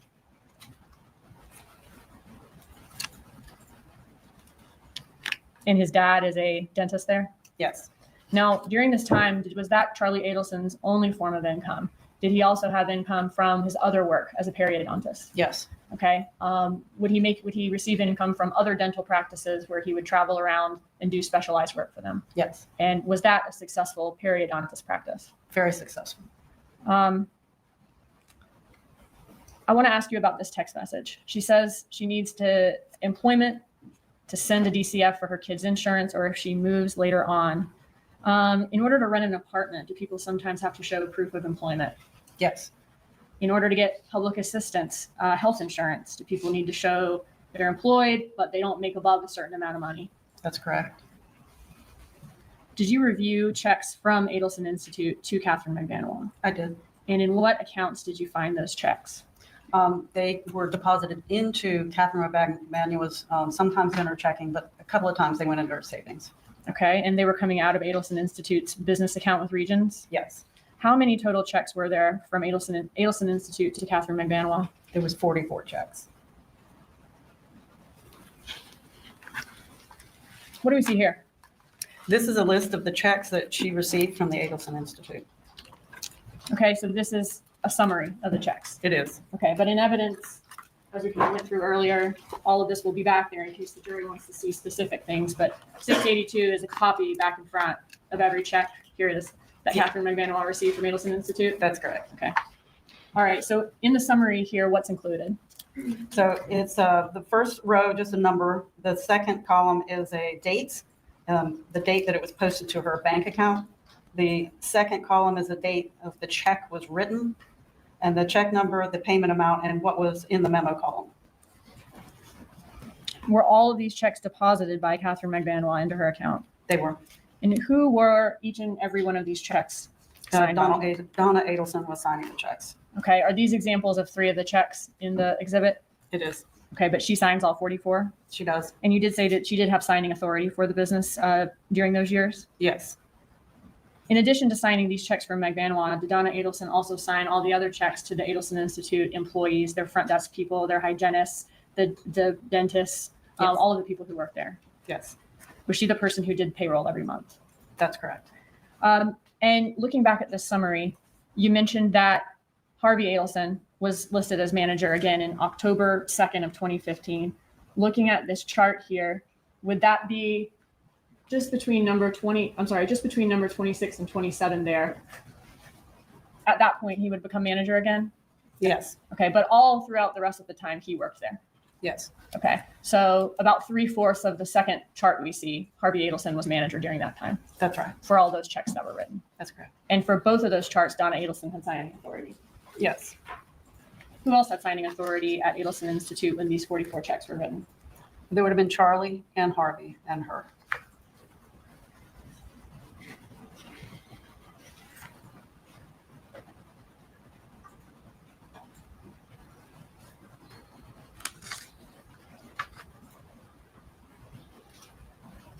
When you review the phone records in this case, did Donna Adelson manage more than just the money at Adelson Institute? Did she also manage a lot of personal details of Charlie Adelson's life? Yes. Would she often book his travel as far as his plane trips, his hotels, whenever he wanted to take a trip? Yes. Would she remind him regularly to pay this bill on time, pay that bill on time, transfer this amount of money to this account? She helped him with all of his money. Yes. Did she kind of run his life, so to speak, as far as helping him keep up with the details of all of his day-to-day needs? Yes. When was the first check issued to Katherine Magbanis here, looking at the summary? The first check that shows up in her account is October 8th, 2014. Okay, what was the date on the check? Meaning the date that you're assuming that's the check, that's the date that it's written. Right. So the date that was on the check was September 17th, 2014. Okay, and was that almost 2 months to the day from the murder of Dan Markel? It was. Was that, I guess, about 3 months after she asked to be employed by Adelson Institute? Yes. And how often did Magbanis receive checks from the Adelson Institute after that? 2 times a month for almost 2 years. Looking at these checks, can you show us? You guys are quick. I'll just ask you. On the bottom right of each check where it says Donna Sue Adelson on these checks, is that the signature line? It is. Thank you. Checks are kind of becoming an ancient art form, so just in case we have any jurors who haven't written one. The amount is here. Yes, that's the amount that's written the check for. All right. And then the amount's written out here. And then you mentioned a signature line. I'm sorry, a memo line. Is this the memo line? Yes, that's the memo line. Okay. And what does this memo line say on these checks? On, I believe, all of them, let me just look for a second. Almost all of them have a date range. There's a few that don't. And would that date range be the pay period? Yes. Okay. All right. Looking at these Adelson Institute checks to Katherine Magbanis, I have a couple of questions. When we're looking at the memo line for each, do the time ranges for the pay periods vary? Yes. They're not all for the same amount of days. In other words, They're roughly around a 2-week period. are all of the checks for the same amount? All except for the first one, which appears to be a 1-week pay period instead of 2. Okay. It was $203.79, which is half of the $407.58. And so for these red check marks, the red checks denote all of the checks that were for the same amount. Yes, Were some of the checks advance pay? they were. And what does that mean? That means that she actually would have received the check or deposited the check before the end of the pay period. So the check is posted before the pay period on the memo line is complete. Yes, And were any of these checks sequential? they were. And what does that mean? That means they were all the next in line check numbers, 25, 26, 27. So going back to our picture of the checks, excuse me. So Are these 3 checks sequential here? they are. Okay, so 24, 25, 26. Yes. You go back to where we were. Since they were sequential, were they dated all at the same time, showing that they were written at all the same time? No, they just have the sequential check numbers. How many sequential checks did she receive in a row? There was a total of 18 sequential checks. There's one set of 3, another set of 6, and another long set there. 1, 2. Okay, so are these 3 checks Yeah. sequential here that I'm pointing to? Yes, Okay, and then are these 6 checks sequential? that's correct. And then these first 6 check marks, were these sequential? They were. And then the final 3 here, checks that she received, are they sequential? They are. So this isn't 9 sequential checks. It's a set of 6 sequential checks and then another set of 3 sequential. That's correct. Okay.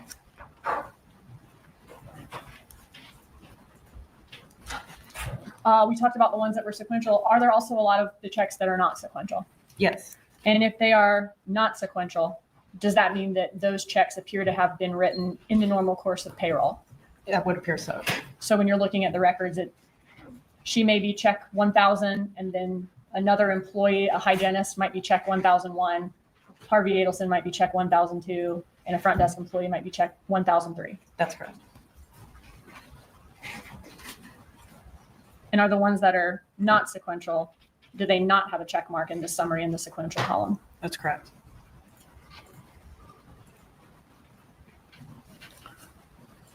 For this last column, Katherine Magbanis, known schedule. You said earlier that except for the first check, they were all the same amount, all 44. We know that she received a breast augmentation surgery in October of 2014. Was she receiving checks at that time in October of 2014? Was Magbanis receiving checks? She was. Was there any disruption in her paychecks from Adelson Institute during that time to reflect needing time off from a major surgery? No, there wasn't. After her surgery, was there any decrease in the amount she received from Adelson Institute that might reflect her being off or having a reduction in pay? No. Does the the date range in the memo section appear to be every 8 to 10 days, kind of like the other ones do Yes. during that time? Now, what about the time of her trip? We saw she went to Santo Domingo on March 22nd of 2015. There's no reduction in her pay. So nothing to reflect time off for going to another country during that time? No.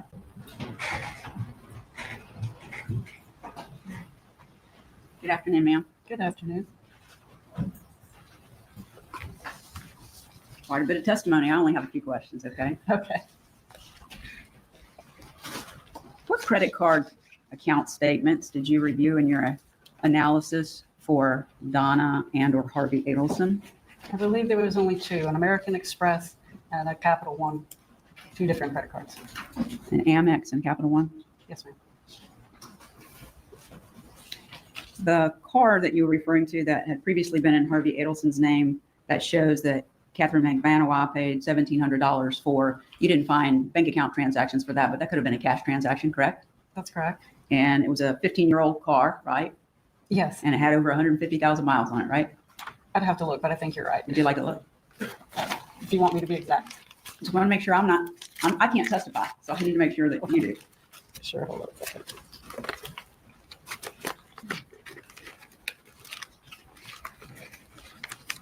Okay.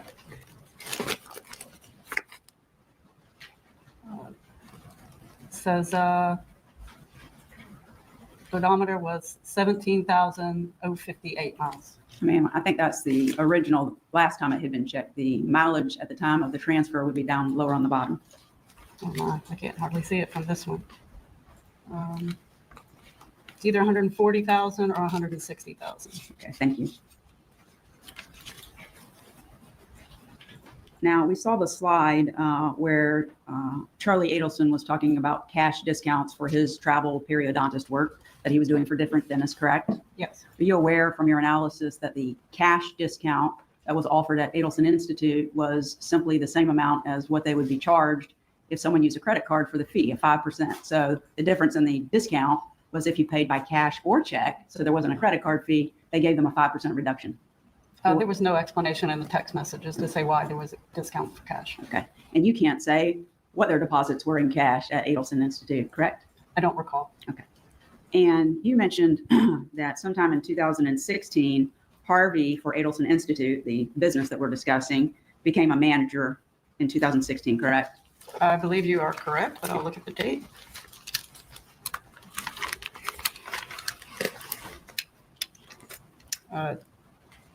Harvey becomes manager in July of 2016. Okay. And you would agree with me that there's a difference between being a manager and being an owner, right? Yes. And it wasn't until 2020 that Harvey actually became the owner of the business again, according to the records that you reviewed. Is that right? That's correct. Just one moment, please.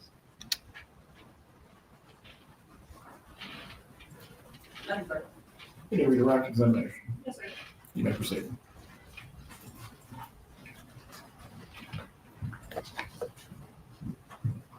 Defense counsel asked if the cash discounts mentioned in the text messages were from Charlie's traveling periodontist work, which are the cash discounts. Are those messages also sent from Adelson Institute employees here that you saw listed in Adelson Institute payroll? It is.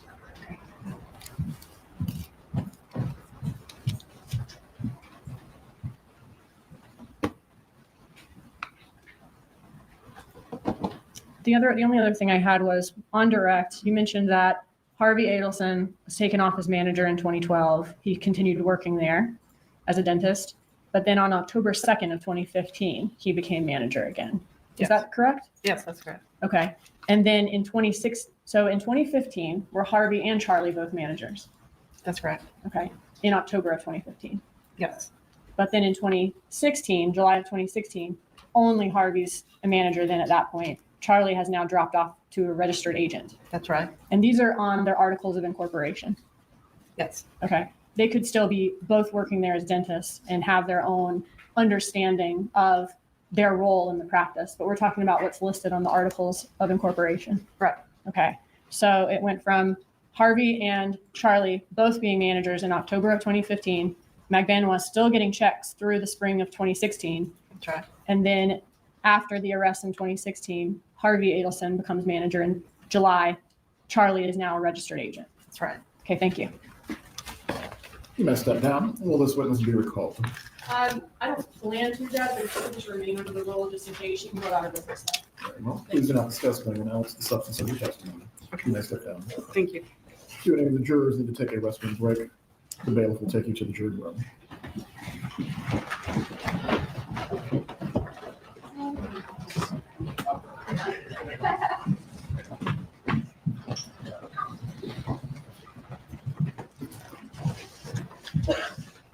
And you currently work for a dental practice that took over for the Adelson Institute? Yes. Okay, thank you.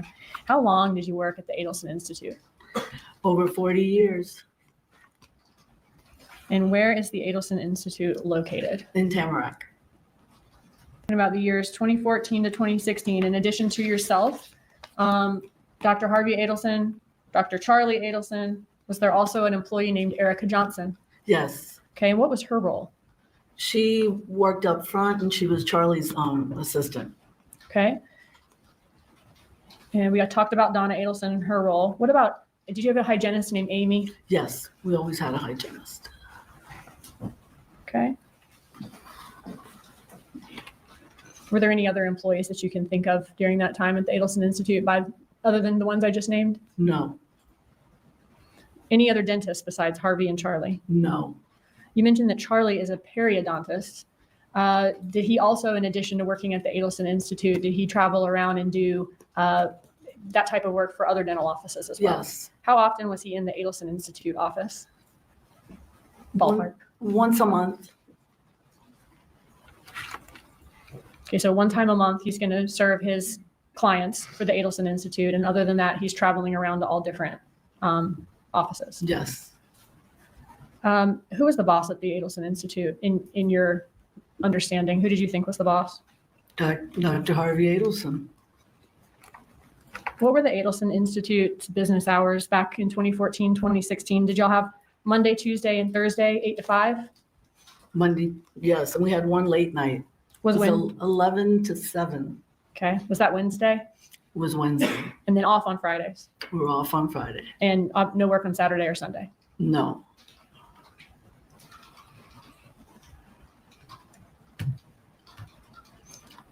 Who had access to the employee records at Adelson Institute? Dr. Adelson and Donna. Dr. Adelson meaning Harvey or Charlie or both? Harvey Adelson. Was that something that you had access to or would know anything about? No. How do you know Katherine Magbanis? I know her from the office. She was a patient there. So she actually came and got dental work done there? Yes. Okay. Was she like a regular or just came in once or twice? Once or twice. Did you ever see her at Adelson Institute doing anything other than being a patient that once or No. one time or two times? Okay. Did you ever see her working at the Adelson Institute in any capacity? No. How did you get paid by Adelson Institute? By checks. And how often? Every 2 weeks.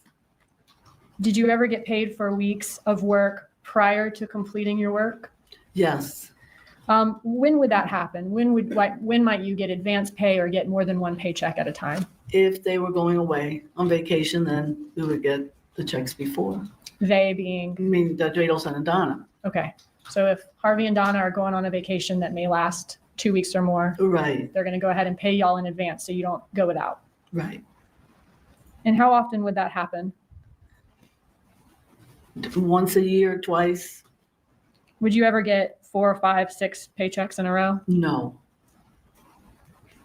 Were you ever aware of any Adelson Institute employee in the history of the 40 years you were there that worked exclusively by phone or remotely? no, Did the Adelson Institute back in 2013 to 2016, did y'all have a cleaning service? yes, And would the cleaning service, was it a husband and wife team? yes, Was Katherine Magbanis the wife part of that team? no. Do you remember back in 2016, okay, when 2 law enforcement officers came to Adelson Institute and were asking some questions? Yes, Okay, and were they asking questions about Katherine Magbanis? yes, Did you, since you didn't know anything, did you refer them to Erica Johnson, another employee? yes, Okay. And did Erica Johnson speak with them? yes, Prior to court today, did you have an opportunity to listen to States 100, which is the recorded call that you were played, which was a conversation between a man and a woman? Is that a yes? yes. Okay, thank you. I saw you nodding. I've got to ask you. When you listened to that conversation, did you recognize the voices in States 100? Yes, Who was the woman in the call? Erica Johnson. Okay. And you said she was an employee at Adelson Institute? Yes, And one of her roles was being Charlie's assistant? yes, And did you say she also kind of works in the front office? yes, she did. Who was the male voice on States 100? Charlie Adelson? Charlie Adelson. And did you work with both of them for many years? Yes,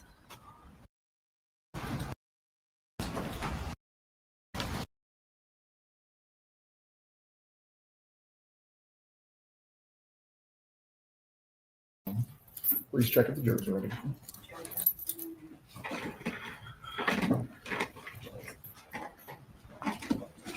Please say your name and spell your name. Katherine Magbanis, Katherine Ms. Magbanis, are you in custody? Yes, ma'am. Are you serving a sentence? Yes, ma'am. For what? Life Life for what crime? for the murder of Markel. And did you have a trial before you received that sentence? Yes, ma'am. Okay, and in that trial, did you testify in your own defense? Yes, ma'am. Okay, and in that testimony, did you testify that essentially we had it right about everyone else, but you were in the dark, you weren't involved in any way? Yes, ma'am. Okay. And was that true? No, ma'am. All right, and you didn't have to testify in your own defense. You could have chosen to remain silent, right? Yes, ma'am. Okay. And you testified also in the trial in which Garcia was convicted, right? Yes, ma'am. And same thing there. You testified, you did not tell the truth. Yes, ma'am. Okay. And why then come now with a different story? I think that the truth needed to come out and the people responsible needed to get arrested. Okay. Are you hoping to get something out of this? I would eventually like to see my children again one day. And are you hoping that something can be done for you even after being sentenced? Yes, ma'am. I'm hoping so. Okay. Have you been promised anything No, in ma'am, I exchange for your testimony? No, ma'am, I have not. Okay. By me or by anyone? No, ma'am. Nobody. Okay. Has anybody told you what you need to say here today? No, ma'am. Has anybody told you, well, you need to implicate a certain person? No, ma'am. Weren't you originally offered immunity in this case to come forward with the truth? Yes, ma'am, I was. Why did you not take that opportunity? Well, in the first trial, I was tried with Sigfredo Garcia, and he was facing the death penalty, and I just couldn't do it. Okay, because the truth would implicate your child's father. Yes, ma'am. Okay. What about the second time? I've been living a lie this whole time, and it was just so hard to come out with the truth that I kept fighting. Did anybody threaten you or harm you to prevent you from coming forward with the truth? No, ma'am. Were you ever promised anything by anyone to, if you'll just remain silent, we'll pay for your kids' education or anything like that? No, ma'am. Were you involved in the death of Dan Markel? Yes, ma'am. Did we have it right? Were you the middleman between the shooter and Charlie Adelson? Yes, ma'am. Who solicited you to become involved in this? Charlie. Who was he to you at that time? We were dating at that time. When did you start dating Charlie Adelson? We started dating around 2013 when I was working for Sophie Dental. Okay. Do you know what month? No, ma'am. Okay. And when did you stop dating him? Probably towards the beginning of 2015. Okay. Was there a period of time where it kind of wasn't clear whether you were still with Charlie or dating Garcia? Yes, ma'am. Right. And Garcia is your child's father, right? Yes. And what's your history with him? How long were you together? I've been with Sigfredo Garcia since I was about 18 years old. All right. So a lot of history there. Yes, ma'am. Fair to say that you're on again, off again quite a few times throughout your history together. Yes, ma'am. And during one of those off times, is that when you started seeing Charlie Adelson? Yes, ma'am. All right. And then toward the end of Charlie Adelson, there was a little bit of overlap with the two men. Yes, ma'am. And that sort of is in the middle of the time frame that we're talking about here today, right? Yes, ma'am. When did Charlie Adelson first bring this idea up to you that I'm looking for someone to harm my brother-in-law? This was around October. What stuck out in my head was on Halloween on October 31st. Okay. And what year was that? That was 2013. Okay.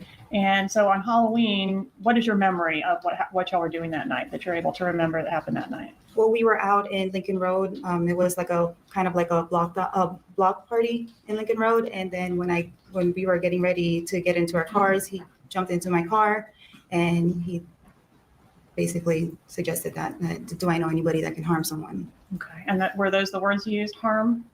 Yes, ma'am. Okay. And did you know somebody that could harm someone? Yes, ma'am. At that time, Sigfredo was the first person that kind of popped in my head. Okay. I want to approach and show you an exhibit. This states 36. Do you recognize this photograph? Yes, ma'am. Is it a fair and accurate photograph of you and Charlie Adelson when you all were dating? Yes, ma'am. Move into evidence, states 36, Your Honor. Any objection? States 36 is a minute. Good night.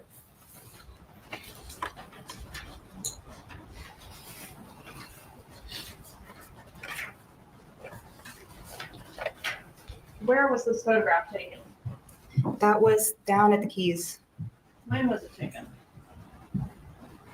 I believe that was his birthday. Charlie's birthday? Charlie's birthday. In 2013? Yes, ma'am. When was his birthday?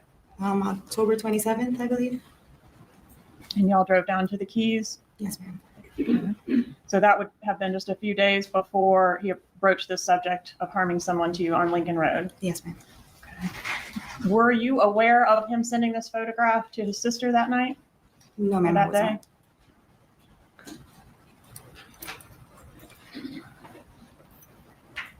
Why would he think that you knew somebody that could harm someone? Why would Charlie think? Yeah. I don't know. I guess I've spoken about Sigfredo, just kind of the situations that we were having. And so he knew a little bit about your ex's criminal history? I might have mentioned something along the way, yes.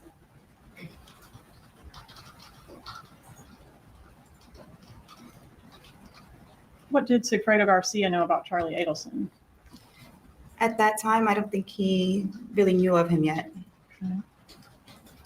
At some time, did he become aware that you had started dating someone else? Yes, ma'am. All right. And there's one phone call in the phone records that we're going to hear more about with the next witness. It's from Sigfredo Garcia to Harvey Adelson on July 1st, 2014. Do you know anything about that phone call? Yes, ma'am. There was a bit of an altercation between Charlie and Sigfredo. I believe prior to that, like a couple hours before that, where like he saw us leaving and then he kind of blocked off where I was like residing. Like we were already in the car, me and Charlie were, and he stopped and started screaming some stuff, but we didn't know what he was talking about. Okay. So when you first started dating Charlie back sometime shortly before around Halloween of 2013 or October of 2013, Yes, is that ma'am. right? Garcia didn't know about it. But But he didn't know anything Okay, about but at it. some point he learned and was jealous and there was a confrontation. Yes, ma'am. Okay, so how does that confrontation explain a phone call to Harvey Adelson? I think he was trying to contact Charlie, and maybe he somewhat probably Googled, tried to find, and that's the number that he had gotten, which was. Okay, maybe he was looking for Dr. Adelson or something like that? Yes, ma'am. Okay, but to your knowledge, there's no connection between Garcia and any member of the Adelson family other than you? No, ma'am. Who is Luis Rivera? Sigfredo Garcia's friend. Okay. And how long have you known him? For a number of years, over a decade probably. Okay. Why did you agree when Charlie asked you to enlist somebody to harm someone? Why did you agree to do that? Oh, at that time, Charlie knew that I was going through financial situations. So I guess he thought, hey, you can make some money. You needed the money. Yes, ma'am. And Garcia and Rivera, they were also motivated by money, right? Of course. Did Charlie Adelson tell you why he wanted to harm Dan Markel? At that time, no, ma'am. What did you learn about Dan Markel over the course of your relationship with Charlie Adelson?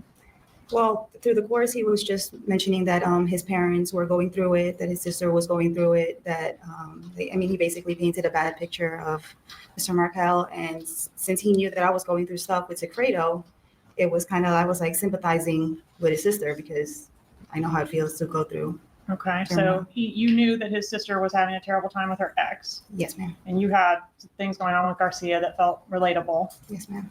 Okay. And what does it mean that his parents are going through it? He just said that they couldn't sleep, that at some point, I think somebody was throwing up. I don't know if it was his mom or his dad, and that it was just becoming a big problem to them. Okay. And the big problem was Dan Markel. Yes, ma'am.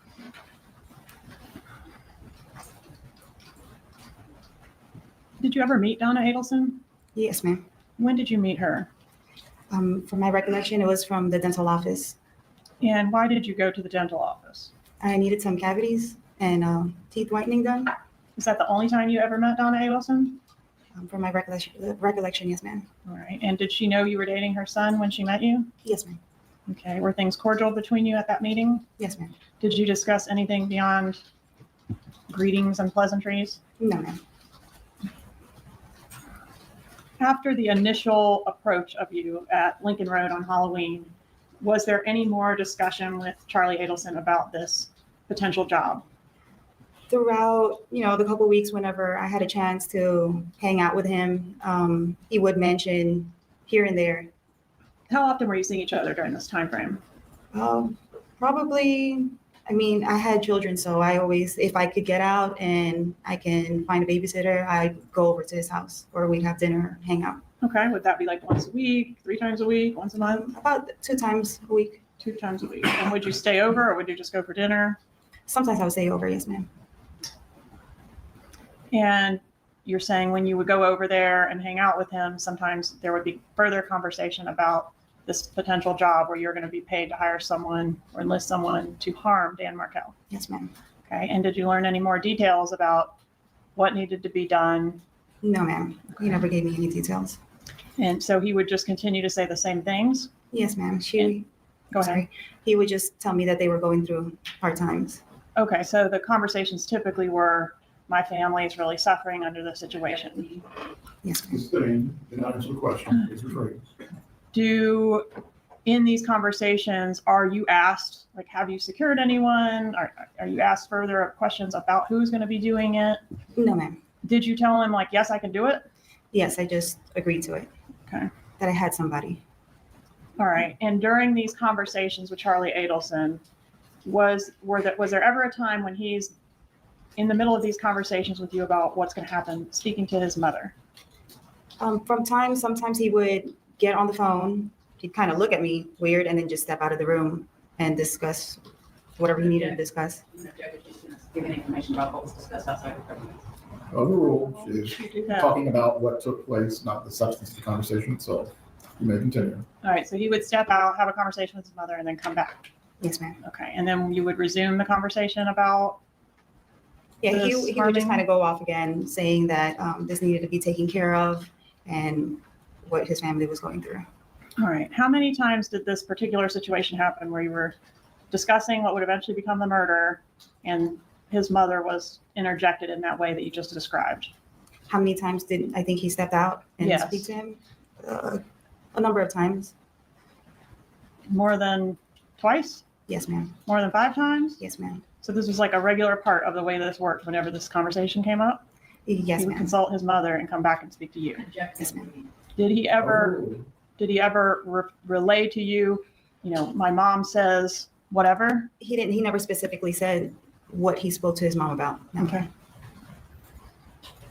But did you understand that getting the job done would relieve the stress on Charlie Adelson and his family? Yes, ma'am. Overruled. Did you understand that getting the job done would relieve the stress on Charlie Adelson and his family? Yes, ma'am. Okay. At some point, did you learn this isn't going to be just harming, like, I don't know, maybe punch him in the face or something. It's going to be a murder. Yes, ma'am. All right. And do you know specifically when you learned that?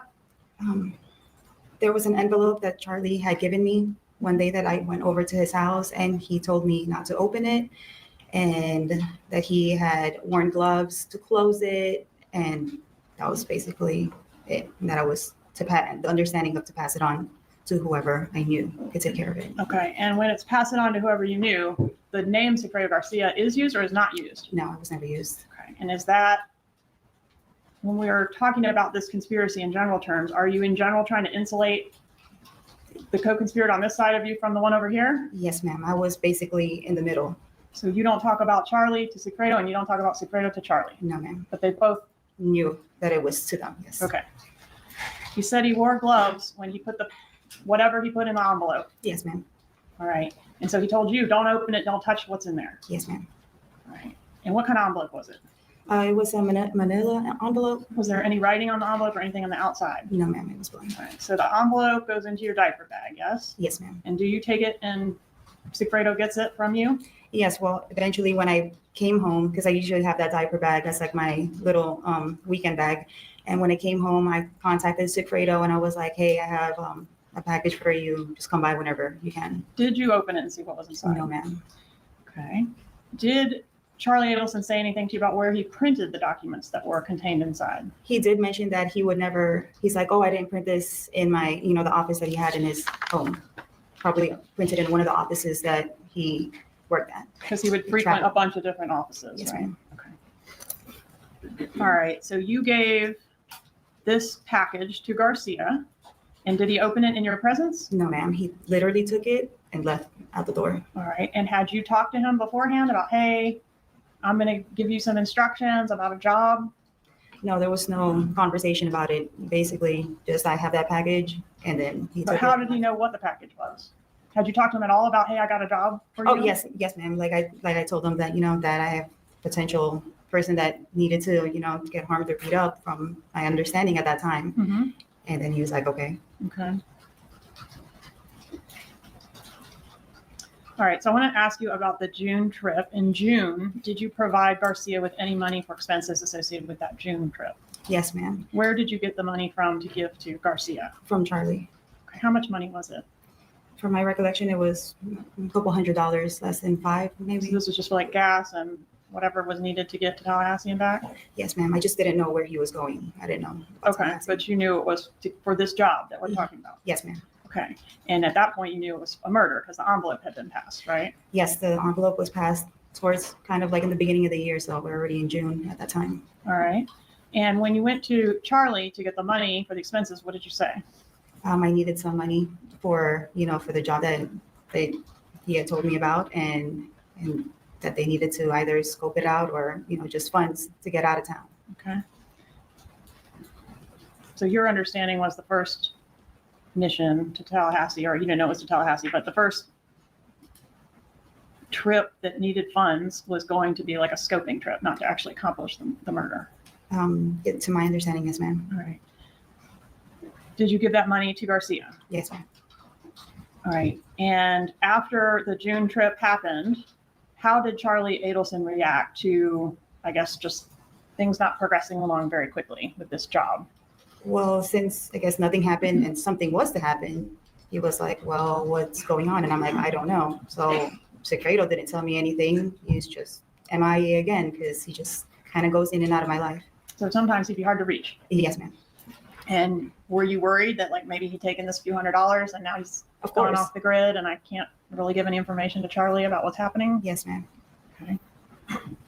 Were you getting any pressure put on you to get the job done? Yes, ma'am, from Charlie. And did that increase over time? Like between, and I specifically want to know about between the June trip and the ultimate murder trip.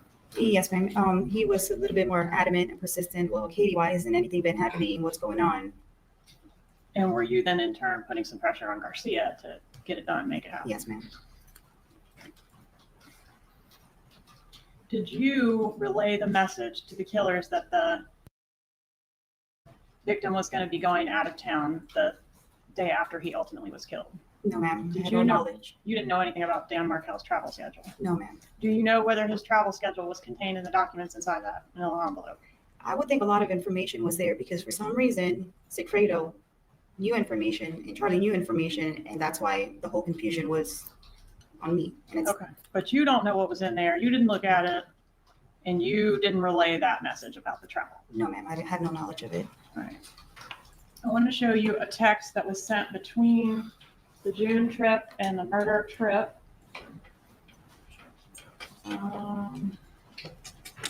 It's 86C.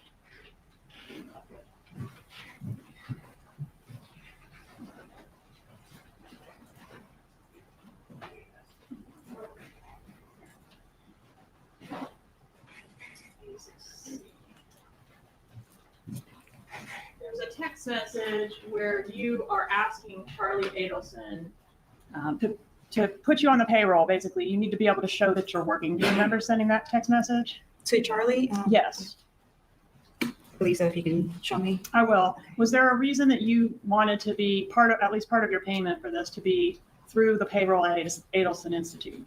Well, I was going through like insurance purposes for my son, so I needed to be put on payroll so that I can show that I was making a certain amount of money. Okay, but it couldn't be too much money, right? Yeah, I couldn't be too much money. All right. And so, were you actually doing any work for your payment at Adelson Institute? No, ma'am, I was not. I'll show you this. Just publish it. This judge is going to be in 81, and I can't read the slide number. This is in evidence, so you can see it when I publish it. All right, so take a moment to review that.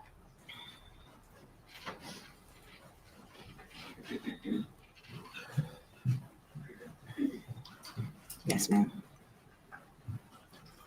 All right, so here you're asking him, I need help on the employment. Yes? Yes, ma'am. And are you referring to getting on the payroll at Adelson Institute? Yes, ma'am. Is that something you all had talked about before you sent this text, or is this the first he's hearing about it? I don't know if I spoke to him prior to being on the payroll. Okay, how does he know what you're talking about when you say, I'm going to need help on the employment? I guess he just figured, since he has an office, that he'd be able to help me. Okay, and he says no problem, right? Yes, ma'am. Does he actually put you on the payroll at this time? This is June. At that time, I'm not 100% if I was already on payroll. Not Okay. yet. I don't think so. The evidence indicates that you didn't receive your first paycheck until approximately 2 months after the murder was completed.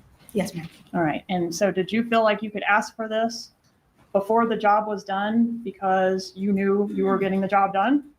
I believe so. Yes, ma'am. Okay, was the payments that you received from the Adelson Institute part of your compensation for your arranging of this murder? I would think so. Yes, ma'am. What do you mean you would think so? It's yes or no question. Yes, ma'am. All right, he wasn't going to put you on the payroll for no reason, was he? Yes, ma'am. Okay, and most or all the checks? All the checks were after the breakup? You had broken up before you received the first check, right? That I already, I wasn't talking to Charlie as much anymore. Yes, ma'am. Yeah, September after the murder. Yes, ma'am. Okay.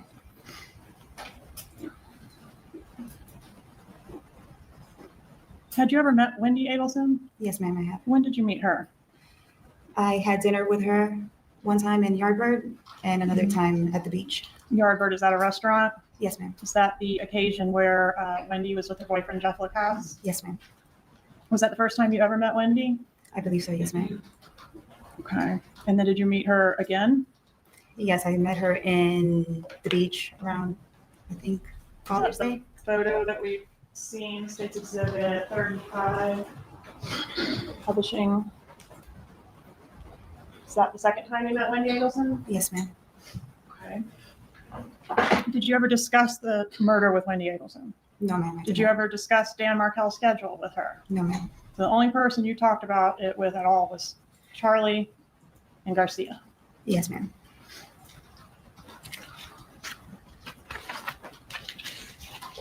All right, for the July trip, once the murder was done, did you receive a phone call from Sigfredo Garcia? Yes, ma'am, I did. And were the two men looking to get their money for the murder? I don't know what my conversation was with Sigfredo, but I did speak to him on the phone. But you understood that you needed to get the money, right? And pay Yes. them. Yes, ma'am. That was part of your job, Yes, ma'am. part of your role in this whole thing. Yes, ma'am. Okay. And did you go to Charlie Adelson's house to get the money on the night of the shooting? Yes, ma'am. He had contacted me and told me that there was an accident and if he can have dinner with me that night. Okay. And the accident was a reference to the shooting of Dan Markel. Yes, ma'am. Okay. Which was not an accident, right? No, ma'am. When you get there, how is Charlie acting? He was pretty frantic, just pacing back and forth, and he had a gun in his hand. Okay. Was that unusual behavior for him? Yes, ma'am. Did he say anything about his parents when you arrived at his house that night? He told me that his parents just left. Did you end up staying the night there? Yes, ma'am, I did. Were you planning on spending the night there? No, ma'am, I was not. Okay. Originally, was your plan to get the money and take it to the two men that killed Mr. Markel? Yes, ma'am, it was. All right. What happened the next morning? Well, since that night, since he was like pacing back and forth, and he had given me his Xanax, that's why I fell asleep. And Okay. that's why Did I he was, take Xanax as well? yes, ma'am, he took one as well. Okay. And the next morning, did something happen with the money? Yes, ma'am. So I woke up. I was like, I got to get out of here. And he told me that the money is in the trunk of my car. All right. And was the money in the trunk of your car? I actually did not check it. I just got my keys and left. So you believed him that it was there? Yes, ma'am. And when you got to where you were going, where did you go to deliver the money? I was trying to contact Sigfredo and had a hard time trying to contact him. And then I eventually ended up in the alleyway of where Lewis lived at that time. At Luis Rivera's residence? Yes, ma'am. And did Garcia show up there when you pulled up there? Yeah, he just kind of jumped in my car. I didn't know where he came from. All right. And was he able to get the money? Yes, I told him that his money was in the trunk of the car. And he was able to remove it, and you observed him removing it, and the money was there? Yes, ma'am. He went to the back, grabbed it, and then that's time he left. How did you get your cut of the money? I don't know if it was later on that night that he came back to my apartment or the following day, and then he put it in the closet. How was your cut of the money packaged? It wasn't like a cut. It was just basically it was in a bag, in a plastic bag, grocery bag, and I believe there was like a paper bag and then a Ziploc bag inside it. All right. So the inner thing was a Ziploc bag. Yes, ma'am. Okay. When you opened the Ziploc bag, did you notice that the money was stapled together?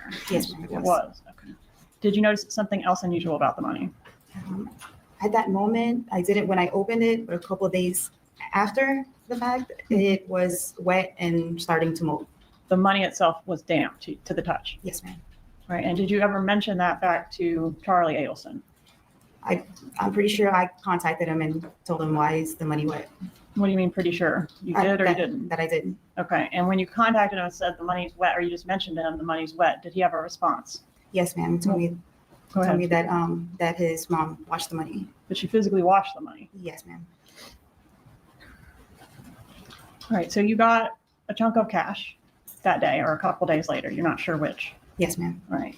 And you also got these paychecks that we've talked about, right? Yes, ma'am. Did over the ensuing time, from the time of the murder up until the time of what we've referred to as the bump, are you familiar with that law Yes, enforcement operation? Okay.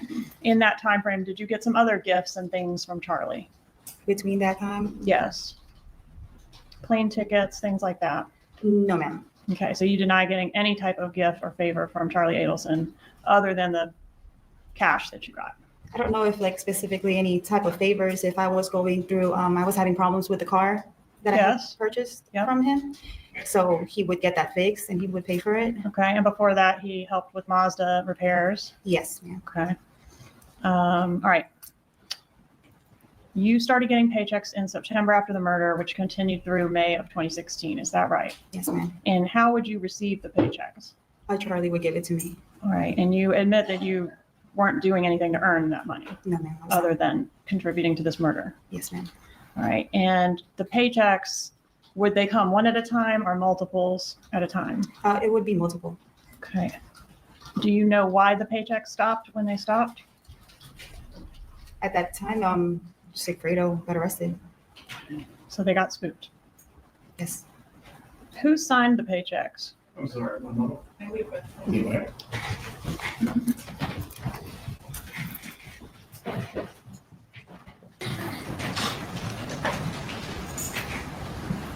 Continue. Who signed your paychecks from the Adelson Institute? Donna Adelson. How many paychecks did you receive? I can't recall. Does 44 sound right? I can't recall. If we assume 44, how many of them were signed by Donna Adelson? All of them. How many were signed by Charlie Adelson? None.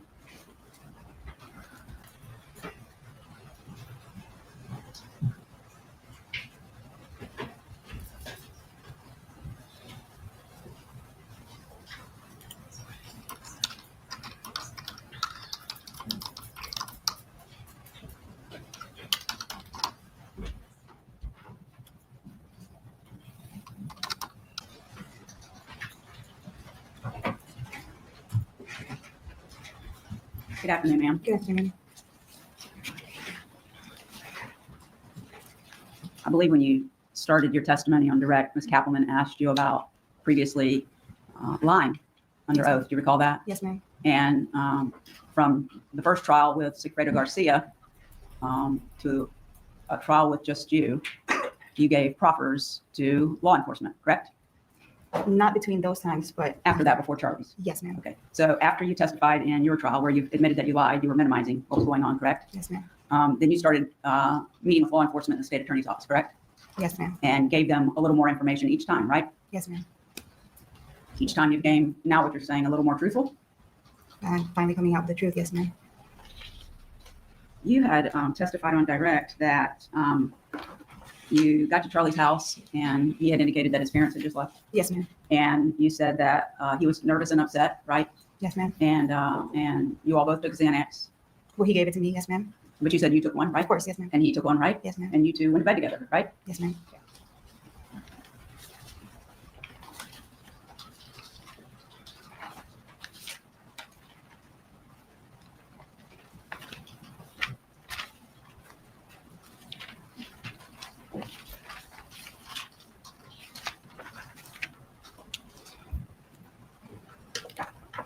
So what you're telling the jury is you met Charlie Adelson and started a dating relationship, right? Yes, ma'am. You weren't exclusive at that time, were you? No, ma'am. Charlie dated a lot of women, didn't he? I believe so. Yes, ma'am. Okay. And at some point he tells you that he wants something to happen to someone, right? He wants someone to be harmed. Yes, ma'am. And he asked you if you know anybody that could take care of that for him, right? Yes, ma'am. And so then you contact Sigfredo Garcia, who's the father of your children, correct? Yes, ma'am. And you and he are having a rocky relationship, right? Yes, ma'am. And so you engage Sigfredo Garcia to be the one who causes whatever harm it's going to be to Danny Markel, correct? Yes, ma'am. And after you do that, you know who Luis Rivera is, right? Do I know? Yes, I know. At that time, you knew who he was? Yes, ma'am. Okay. But is it your testimony you did not know that he was going to be involved with this as well? Yes, I did not know that he was going to be with him. Let alone I didn't know that Sigfredo was even going to be the one. Well, I'm sorry, you hired someone other than Sigfredo to No, I didn't know that. I just gave him. I told him that somebody, needed to be harmed. I didn't know that he was going to be the one. Okay. And how much money did you tell him he could make? I didn't tell him an amount. So you testified before that you knew Sigfredo needed some money and you could certainly use some money. So that's why you agreed to do this. Yes, ma'am. And so you were going to agree to have somebody killed and you didn't even know how much you're going to get paid? No, I did not know. Okay. So now we know Sigfredo and Luis Rivera came to Tallahassee, right? Yes, ma'am. Okay. So it's Charlie's asked you, you've asked Sigfredo, unbeknownst to you, apparently he has asked Luis Rivera to go. Yes, ma'am. Okay. And we know that Luis Rivera and Sigfredo Garcia traveled to Tallahassee on more than one occasion, but ultimately they follow and track down Danny Markel. And when he pulls into his garage, Sigfredo Garcia gets out and shoots him in the head and kills him, right? From what it shows in my trial, yes, ma'am. Okay. And then they come back to South Florida, Sigfredo and Luis Rivera, right? Yes, ma'am. Okay. And you go to Charlie's house, you pass out with his Xanax, you get up the next morning and he says there's money in the trunk. Yes, ma'am. At that point, you're claiming you didn't know how much money it was. Yeah, I did not know how And much. as of then, you still hadn't discussed any dollar value for having someone killed. No, ma'am. That was probably on the paper that I had handed to Sigfredo when he got out of my diaper bag. Yeah, I don't want you to speculate because you don't know, do you? No, I never opened the envelope. But your testimony is you arranged a homicide and didn't even know what the pay was going to be. Yes, ma'am. Okay. So the next morning, Charlie says the money's in your trunk and you get up and leave, right? Yes, ma'am. And you go to Sigfredo, right? Yes, ma'am. And he knows you're going to be bringing him money, right? Yes, ma'am. And he hops in your car and you tell him you got the money. Yes, ma'am. And so your testimony is then he goes into your trunk Yes, ma'am. and he takes the bag out of the diaper bag. No, it was not a diaper bag. It was the plastic bag that Charlie put in my trunk. Now, the money was inside your diaper bag is what you testified to before. No, ma'am, I did not. Oh, where'd you put it? The money? Yeah. Was in the trunk of my car. Okay. All right. I must have misunderstood your testimony. I thought you said it was in The the diaper envelope was inside the diaper bag. bag. Envelope was inside the diaper bag. Yes, And ma'am. that's what you delivered to Sigfredo. That's the envelope that Sigfredo picked up from my apartment. Yes, ma'am. That Charlie had given to you. Yes, ma'am. You say you didn't know what the contents were. Yes, ma'am. Okay. So moving forward, now Danny has been killed and Sigfredo gets in your trunk and gets the bag, right? It gets the money. Yes, ma'am. Well, it's in a bag or not? Yes, in the plastic bag. Okay. All right. So he gets the bag. And at this point, you say you haven't even seen the money. Yes, ma'am. I did not. Okay. And then a day or two later, he comes back to you and gives you, I guess, what is going to be your share, correct? Yes, ma'am. And at this point, you still don't know Luis Rivera's involved? At that point, no, ma'am. You still didn't know? No, ma'am. Okay. So you said that Mr. Garcia puts the money into your closet? Yes, ma'am. Okay. And a few days later, you actually go into the closet? I don't know if it was the same day that, that he put the money there, but a couple of days later when I had opened the bag, that's when I felt the moisture of the money. So you didn't touch the money the first day? I don't recall if I did or if I didn't. Okay. So I'm talking about the first day that Charlie gives it to you. You didn't touch it that Oh, day. no, I did not. Okay. And you didn't touch it this next day. That's when you gave it to Sigfredo. Yes, because he just grabbed it from the trunk of my car. Okay. And a couple of days later, he brings you your share and puts it in your closet. A day or two. It might have been the same day or the day after. He put it in the closet. And then at some point, you open the bag. Yes, ma'am. And inside the bag, you find, it's not very thick. You find stacks of money that's stapled together, correct? What's not very thick? 10 $1 bill or 10 $100 bills stapled together. That's not very thick, is it?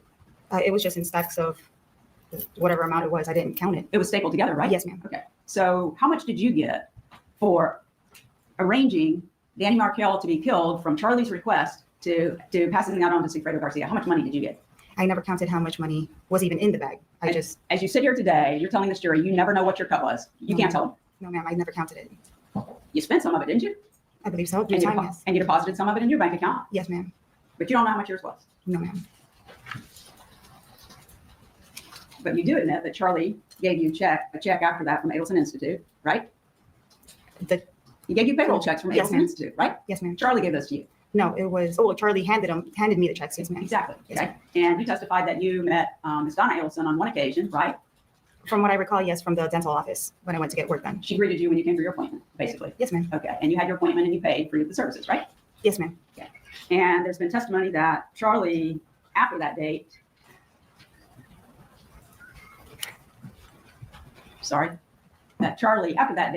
gave you other benefits, right?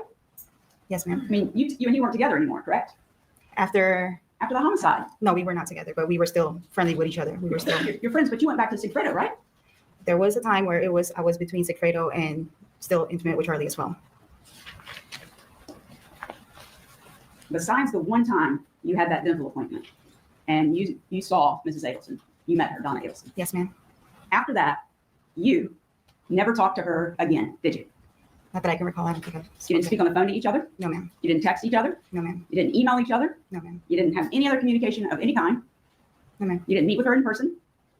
There's only a time that I saw her, but I didn't meet with her. Right, exactly. And when you're having these discussions with Charlie Adelson, I'm talking about you and your knowledge. When you're having these discussions with Charlie and then having discussions with Sigfredo, she's not involved in those conversations with you, is she? No, ma'am, she's not.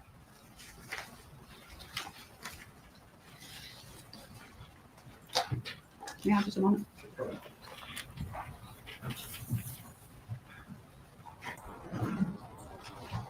Publishing States 55.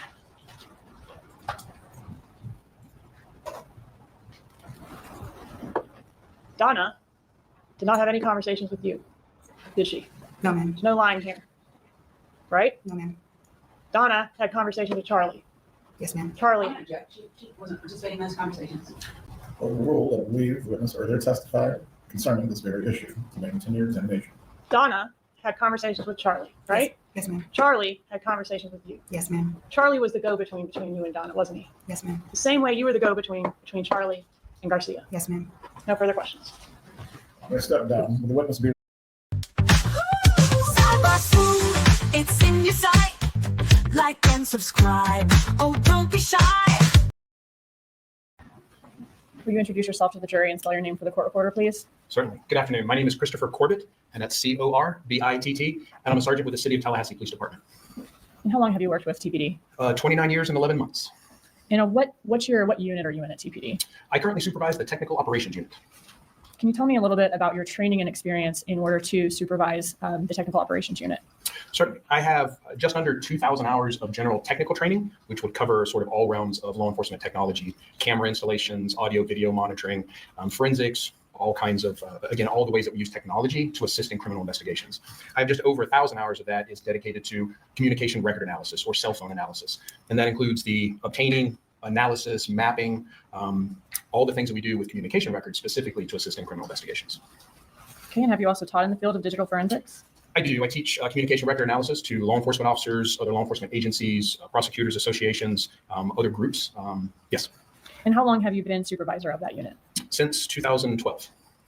How many hours of specialized training in historical communication records analysis do you have? Just over 1,000. And what is historical communication record analysis? Communication or historical communication record analysis would be kind of a general term for the use of communication records. And when I talk about communication records, I mean primarily cell phone records, records that we get from the carriers. They may be forensic records or reports that we get when we're able to do a forensic analysis of a phone, when we have the actual device and can download data. But we take all that information and we analyze it really in whatever way the investigator or the investigation needs. Oftentimes that's location analysis. We're trying to put handsets, are they consistent or could they have been at the scene of a crime? Could they have been somewhere else? Where might other evidence be? So a lot of that work has to do with the locations of the handsets. Sometimes it's communications, who communicated with who, when, how often, those kind of things to help establish relationships. There's really a number of ways that we can use those records and the analysis of those records, again, to assist in the criminal investigations. And have you ever testified in court in the field of historical communication records analysis where you've given an expert opinion? I have, yes. About how many times? 123. And those are all my questions asking his qualifications, Judge. defense wish to provide witness? There you are. Is there a challenge to his ability to provide an opinion in the field of historical communication record analysis? There you are. Members of the jury, while this witness testifies today, he will be permitted to provide you with an opinion in the area of historical communication record analysis. You may continue. So in your position at TPD, you mentioned that part of your everyday duties is going to be pulling cell phone records from cell phone companies. Is that right? That's correct. And are those records called call detail records? That's sort of a general term that we give to a broad range of records. Call detail records, we generally talk about specific call logs and maybe voice or text. We have other types of reports, subscriber information, other types of location reports that are more specific. But generally, yes, we call that whole group of records call detail records. Are those types of records ones that are kept in the normal course of business of phone companies? They are, yes. And are they kept by an automated system that would have knowledge of those or of those calls and text communications? Yes. Are you familiar with how to read and interpret the records? I am, yes. And in this case, did you review phone records for States Exhibit 91, call detail records of Luis Rivera, 92, call detail records of Sigfredo Garcia, 93, call detail records of Wendy Adelson, 94, call detail records of Donna Adelson, 95, Charlie Adelson's call detail records, 96, Harvey Adelson's call detail records, and 97, Katherine Magbanis call detail records, and finally 98, Dan Markel's call detail records. Yes. Okay. And did all those call detail records come with a certification from each phone carrier certifying that those are authentic records of that carrier? They did, yes. Just 1 second. I'm going to show you States 55, which is already in evidence. I got to turn you off and turn you back on here. Actually, I'll just show it to you. Look at States 55, which is our chart. Yes. Okay, here. You see some phone numbers below each person's face and name. Yes. Okay. Have you been able to review a chart like that before? Yes. Okay. Looking at those numbers, are those the numbers for each person that correspond with the call detail records that you reviewed for each person and you're going to be testifying about in your testimony? Yes, they are. Okay, thank you.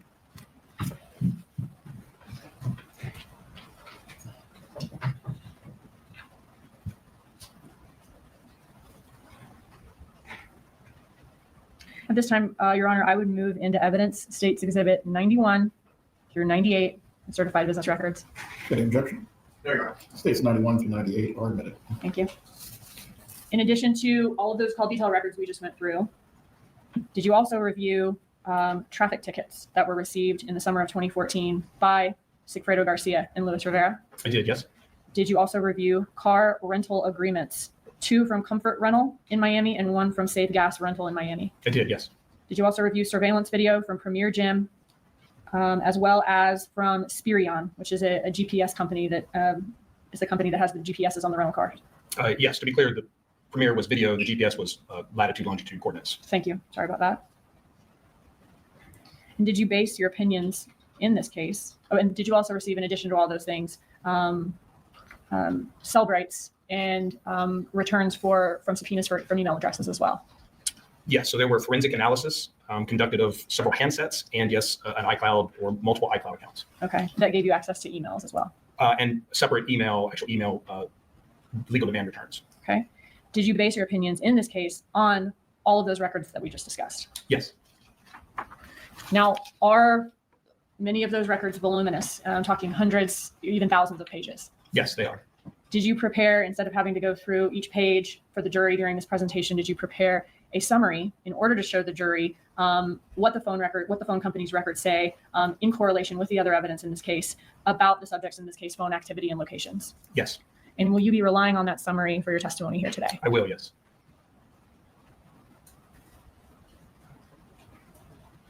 I want to quickly, also in the summary, are there excerpts from Cellbrights? Yes. What is a Cellbright? Well, a Cellbright has come to mean many things. When we do forensic examinations of computers or phones, we use a variety of different forensic tools. One of the more common ones that we use is a product from Cellbright, and often the most common report format. So once we do that forensic analysis, then it generates a report for us that allows us to visualize all of that information. You'll need to unmute. Oh, I'm sorry. Okay.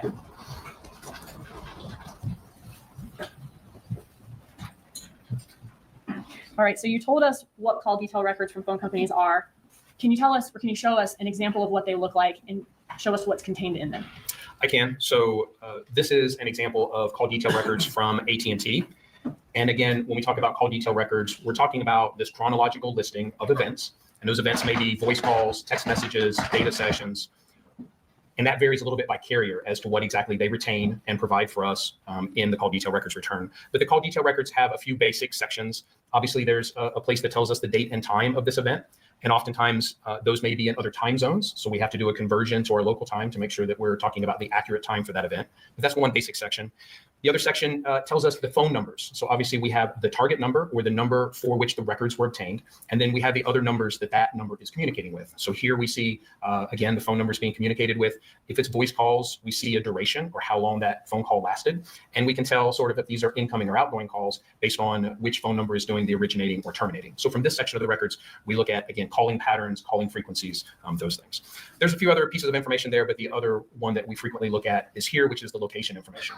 And for these particular records, they provide us both a numerical identifier for the location of that cell site, and they also provide a latitude and longitude. And again, this is the location of the cell site or cell tower that the handset was communicating with for that particular event. This is not a location for the phone, but again, rather the tower that it's communicating with.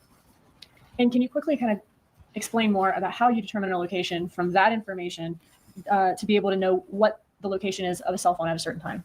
Sure. So very simply, we'll take the location of the cell site and we will plot that on a map. And in this presentation, we will see several locations for handsets, and they may be represented by a colored dot, as you see here, a blue dot. And so that dot represents a location of the cell site or the cell tower for that example event that we were looking at. And sometimes just knowing where the cell site is itself is sufficient. We know that a handset chooses to communicate with the cell site that it sees with the best available signal. And that's usually the one that it's closest to, although there are numbers of factors that affect what cell tower or cell site a handset might choose to communicate with. So sometimes just knowing where the cell tower is enough. But we also know that most of our cell sites are broken down into multiple sides or sectors. It means they have antennas that are facing different directions. And the cell carrier, the company, most often provides us not only with the location of the cell site, but also the side or the sector that the handset was communicating with. So here we would generally expect that one sector covers about halfway to the next sector. You can see some dashed lines that are drawn here, and that would be the approximate transition areas around the cell site.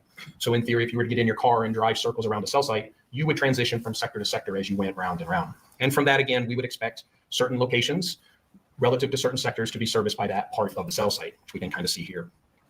When we display those or we see those, here, this particular cell site that was, or sector that was used for this event was at 215 degrees. And that's the cardinal direction, like 360 degrees. So this is at 215, a little past due south, a little to the west. And you can see that that is illustrated here by the large blue arrow. So when we're representing a cell site and sector that the handset was using, we will use a large colored arrow so we know that's the particular sector that was being communicated with. And when we do our analysis, again, we understand that that sector goes approximately halfway around to the other sectors. And so when we do our location analysis, we would include or exclude certain locations. And we would say that locations that are in close proximity and on the right side of the cell site and sector are possible locations for the handset, and then other locations might not be. Can you say exactly or precisely where on this map a certain cell phone is? No. Okay, but you would be able to tell us what cell site that cell phone is communicating with if it has location data, and the sector of the cell site, the particular sector that it's communicating with. Yeah, so one of the basic things is we can only make a determination about where a handset was when we have a record or an event. And while different companies and different handsets and different technologies create different amounts of records, we can only, again, make a determination when we have a record. And then, yes, we will know the location of that cell site, the orientation of the sector in most cases. And historical location analysis is about inclusion and exclusion. And we look at a location and we say, yes, this address is included in the service area, based on our opinion, is included in the service area of this particular cell site and sector, or no, a handset at the location you gave me would not be serviced by this particular cell site and sector. So we include and exclude locations. We do not say exactly where a handset was. And is your way of saying that, you say whether a certain location is consistent or inconsistent? Yes. Okay. And do you sometimes get records with no location data at certain times? That is correct, yes. You mentioned Cellbrights. How do you extract data, or how does a Cellbright that you've extracted from a cell phone, how does it look different in the actual Cellbright report versus what we're going to see in your presentation? So this is, and I'm on slide 11 here, this is an example of a page from a Cellbright forensic analysis report. And so when we're able to select a variety of different information from within the Cellbright report and create smaller reports or sort of export different pieces of data, text messages, call logs. And we can see in the actual forensic report, there is a lot of information that is contained. They try to make it appear like a conversation we're kind of all familiar with the bubbles going back and forth, but there is a lot of information that's contained in there.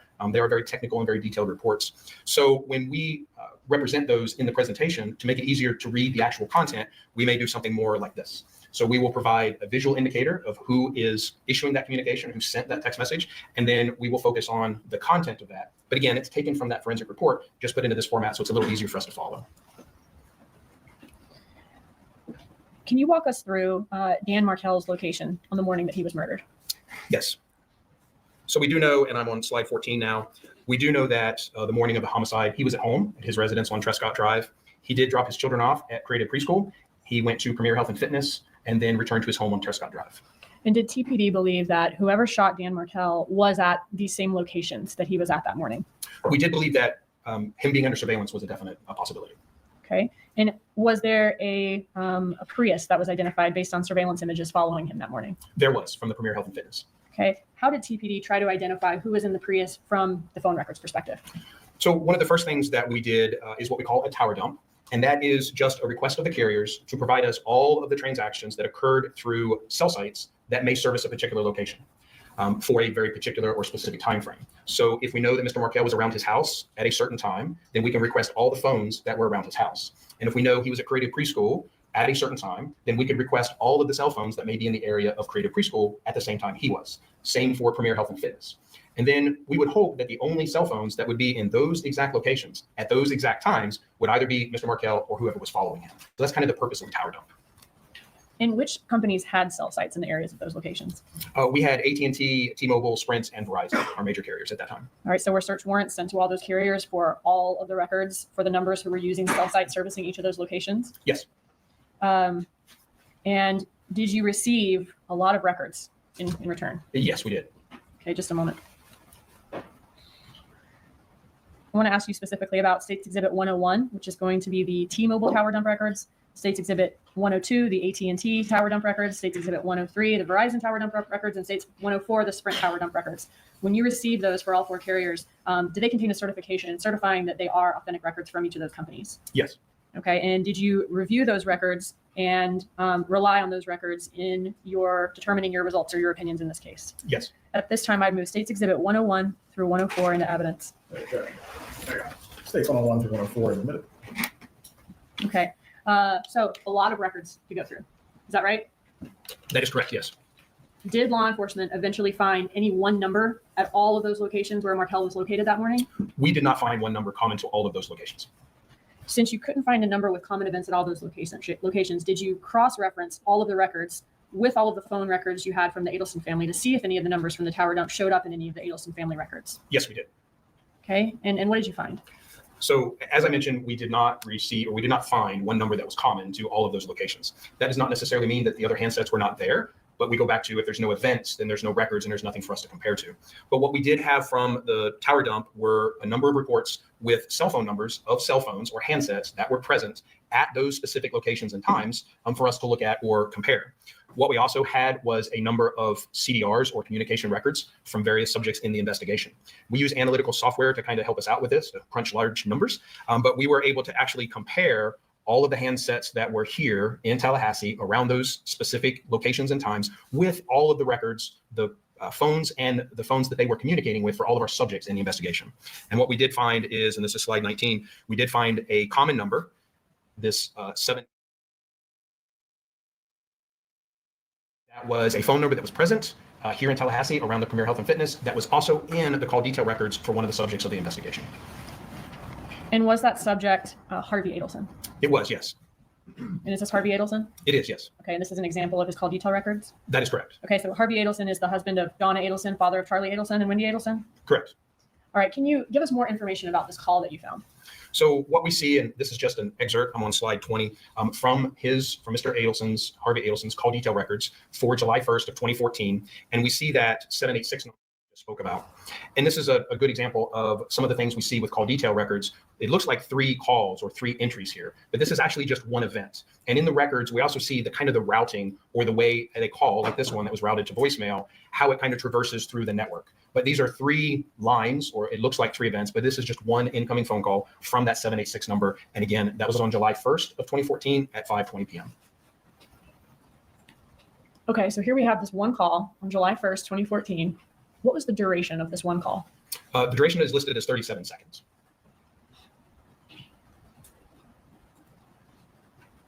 And 37 seconds as in, does that include the amount of time that it's taking a phone to ring?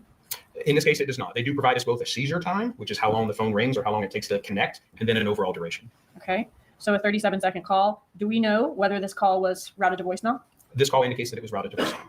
Okay, so the 37 seconds, would that include an amount of time for a voicemail to play and an amount of time for a message to be left, if a message was left?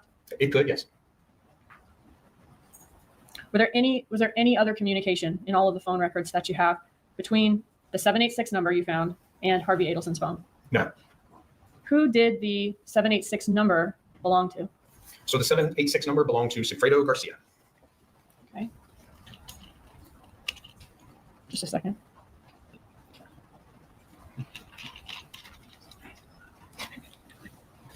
Okay. And Sigfredo Garcia, were you able to do a frequency report for his phone records? Yes. What is a frequency report? So I'm here on slide 22, and this is an example of a frequency report. And a frequency report is just going back to that analytical software that we talked about. It can tell us, or it can rank the most frequently contacted numbers for any particular target number. So it is able to rank for us in kind of from most to least frequently contacted, all of the unique numbers that Mr. Garcia's phone communicated with. Now, in a frequency report like this, it would include incoming calls, outgoing calls, text messages. Unless we go in and limit the things that we're asking for, it would include all sorts of events, even some of those routing events that we saw in Mr. Adelson's records. So we don't really look at this as an exact number. We don't say, and we see here that in Mr. Garcia's frequency report, his most frequently contacted number is a number that ends in 13. You see that it assigned a frequency of over 1,600 calls. That may not mean that they actually spoke 1,600 times, but within the records, there are over 1,600 lines or events associated with that particular phone number. Okay. And looking at this date range, you said the number ending in 1312 was his most frequent contact. Who did that number belong to? That number belonged to Ms. Katherine Magbanis. Did you run a frequency report for her? Same. Again, looking at the most frequently appearing number in the records, we see that her second most frequent number, the 9223. Obviously, the 5986 was Mr. Garcia's number. Okay. And who did the 954254 belong to? Mr. Adelson, Charlie Adelson. So this is the son of Donna Adelson. Correct. And was Donna Adelson one of Charlie Adelson's most frequent contacts? Yes. Again, using the frequency report just to get an idea of relationships and maybe degrees of relationships, we do see that Ms. Donna Adelson's number that ends in 0997 is at that point his 5th most frequent communicated number. Okay. And this is for this particular date range on the frequency report. That is correct. Why do we see such small numbers there? I'm sorry? We see very small numbers. Does that mean he just talks to a lot of different numbers? Maybe more numbers than we saw Katherine Magbanis might normally speak to on a daily basis? Do you mean small numbers on the frequency column? Frequency, yes, sir. So the frequency percentage column we see here is obviously the percentage of calls for that particular number versus all the numbers that this particular phone number communicates with. So if you only communicate with very few numbers, then your percentage for each of those numbers is going to be relatively large. Charlie Adelson communicated with a number of unique phone numbers, so the overall percentage is a little lower because again, he had a lot more unique numbers that he communicated with. Did you do a frequency, or I'm sorry, so who does the 954 Adelson? Did you do a frequency report for her? Correct. And we see here, this is slide 28. We see that the 9223 of Mr. Charlie Adelson for this date range is her most frequently contacted number. Did any other number appear in the tower dump records you received from the phone carriers who was a frequent contact of Sigfredo Garcia? Yes. As I move on to slide 29, going back to Mr. Garcia's frequency report, and again, comparing the numbers that the subjects of the investigation communicated with versus numbers that were physically present in Tallahassee, either around Premier or around Mr. Markel's residence or Creative Preschool, what we did find was this 305 number that was, again, present in Mr. Garcia's records. One of his more frequently contacted numbers was also physically here in Tallahassee. And who did that number belong to? That number belonged to Mr. Luis Rivera. Can we see your next slide of the organizational chart, please? Did anybody on this chart have phone contact with Garcia or Rivera, down at the bottom, during 2014, other than the 1 37-second call between Garcia and Harvey Adelson on July 1st, and obviously Katherine Magbanis? No. All right, I want to go back to that July 1st, 37-second call that was routed to voicemail. Was it your understanding that that call came after an incident where Garcia angrily confronted Magbanis and Charlie Adelson on July 1st of 2014? Yes. Okay, and then Garcia left an angry voicemail on Harvey Adelson's phone. Correct. Were there text messages in Charlie Adelson's iCloud that referenced that event? There were. Okay, and do you have those for us here? I do. So this is slide 35 now cumulatively, and we see the communication between Mr. Charlie Adelson and Ms. Magbanis. Okay, so if this is July 2nd, beginning at, is that 9:12 a.m.? Yes. So this would be the morning after that voicemail is left on Harvey Adelson's phone That's correct. by Garcia. That's correct. Can you walk us through these messages? So Charlie Adelson states that this really sucks, and Ms. Magbanis responds in a couple of messages that she doesn't like the fact that someone thinks they can make decisions in her life, and then apologize, and that the leaving messages was retarded and childish. Okay. And does she say to Charlie Adelson on July 2nd, I'm sorry, but he's a effing pussy. All that leaving messages is, as you said, and so childish. Yes. Okay. But whatever. But whatever. Okay.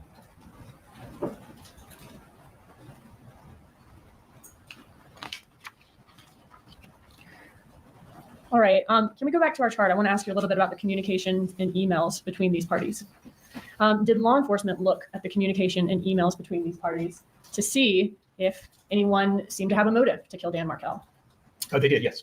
Okay. I want to go through just a couple of these. I think we may have 5 or 6 in here. And I want to start chronologically, if we could, from the beginning of 2013, moving up to the murder, as far as the written communication, moving up to the murder. And then I'll ask you more about the locations of the parties for the trips to Tallahassee after that. Okay, so if I could first turn your attention to March 6th of 2013. Is this an email from Donna Adelson?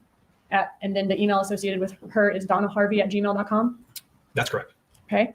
And when we're looking at some of these emails, sometimes the name that it appears that the email is from is sometimes that name different, even though it's from the same email address, donnaharvey@gmail.com. Yes. How does that happen? It can happen in a few different ways. That display name is what we call it, is a kind of a separate piece of information that is attached to your email address. And in this case, the email is Gmail. It provides the email service. And you can go into your Gmail account and change your display name or change the name that you want to come up when you send email to someone else. Also, if you're using different email clients and you're checking your Gmail, maybe through your iPhone native mail application, you can also set a different name in there. So either changing it within Gmail or changing it within the email client that you're using, especially if you're using multiple different devices, it's possible to have different display names for that same email address. Throughout the emails that we see in the records from donnaharvey@gmail.com, is the display name sometimes Donna Adelson, as we see here? It is, yes. Is it sometimes Donna Sue? Yes. Is it sometimes Donna and Harvey? Yes. And is it sometimes Harvey Adelson? Yes. Okay, so is this an email from Donna Adelson to Wendy? Yes. Okay, and there's also a way of determining who sent the email, who signed off on the email at the end. Yes, certainly the signature or content of the email itself. Okay, looking at this specific email, in this email, does Donna Adelson call Dan Markel a name? She does, yes. And what does she call him? So I'll display that. What you see here on the screen is the actual email in the form that it was out of the return. And then when we emphasize certain areas, I have enlarged those and made the font bigger. Did not change things like boldness or italics or punctuation, just made it larger and changed the color to red to emphasize the sections that we're speaking of. So to your question, she says, this guy is a major fucker. I hope that your attorney is the shark that is her reputation. And then in this email, looking down 2 paragraphs below, does it say Gary told Dad yesterday? It does, yes. So in this communication, Dad is referred to in the third person. Correct. Okay. And just as you were saying before, can that give context about who sent the email so that it seems like Mom is sending the email as opposed to Dad from that shared email account? Correct. All right. And is this email signed off on? It is not. Okay. Looking 2 months ahead to May 21st of 2013, is this an email from Donna Adelson to Wendy Adelson? Yes. Okay. And in this email, does she say, wow, exclamation point? Yes. And says, he is such a royal jackass. How smart are you to get rid of this piece of S word, and then types out a screen? Yes. All right. And is this email signed off on? It is with I love you, Mom. Were there also emails that showed Donna Adelson's strong interest in Wendy and her sons being able to relocate to Miami? Yes. Looking at another May 2013 email next, is this an email from Donna Adelson up top to Wendy? Yes. And in this email, what did Donna Adelson tell Wendy Adelson is the most important part of her divorce? So this is slide 42 that we're on now, and we see that the most important part of your divorce is relocation. I sincerely hope your attorney understands that that is your non-negotiable. In the next slide, does Donna Adelson give Wendy Adelson some ideas of what she should tell the judge about how this is negatively affecting the lives of Donna, Harvey, and Charlie? Yes, she does. And this is the mother and father's practice she's referencing here? Yes. Okay, and what do we have next? So the next section, again, speaks of the loss of income across the entire family, encourages her to say that because my older brother, also a dentist, purchased the practice from my father, it isn't fair to him to have decreasing monthly income statements from the practice due to my parents spending so much time here in Tallahassee. And at the email, does Donna Adelson say, why does she say she can't write anymore? Sorry, we skipped ahead a few there. So slide 45, she indicates that she's too angry to write anymore and signs off, love you, Mom. Looking at the next month on June 25th of 2013, I want to ask you about an email there. And was that just days after a very significant event in the divorce? Yes. Was Wendy Adelson relocation denied with prejudice just about 5 days before this email was sent? It was, yes. The request to relocate with the children in South Florida, yes, was denied. All right. And what does Donna Adelson say to Wendy Adelson in this email? So this one's from Donna Sue up top? Correct. Okay. And what does she say about their recent loss in court? She encourages Wendy to never, never give up, and that it is time for action, time to take control of your life and not let Gibbers, which is a nickname for Mr. Markel, think that he's just won anything by having you remain in Tallahassee. And I think we've seen some of these, so let's go just quickly through the rest and go through the next one. In the next, does she appear to give Wendy Adelson a bit of a pep talk about what she should do next?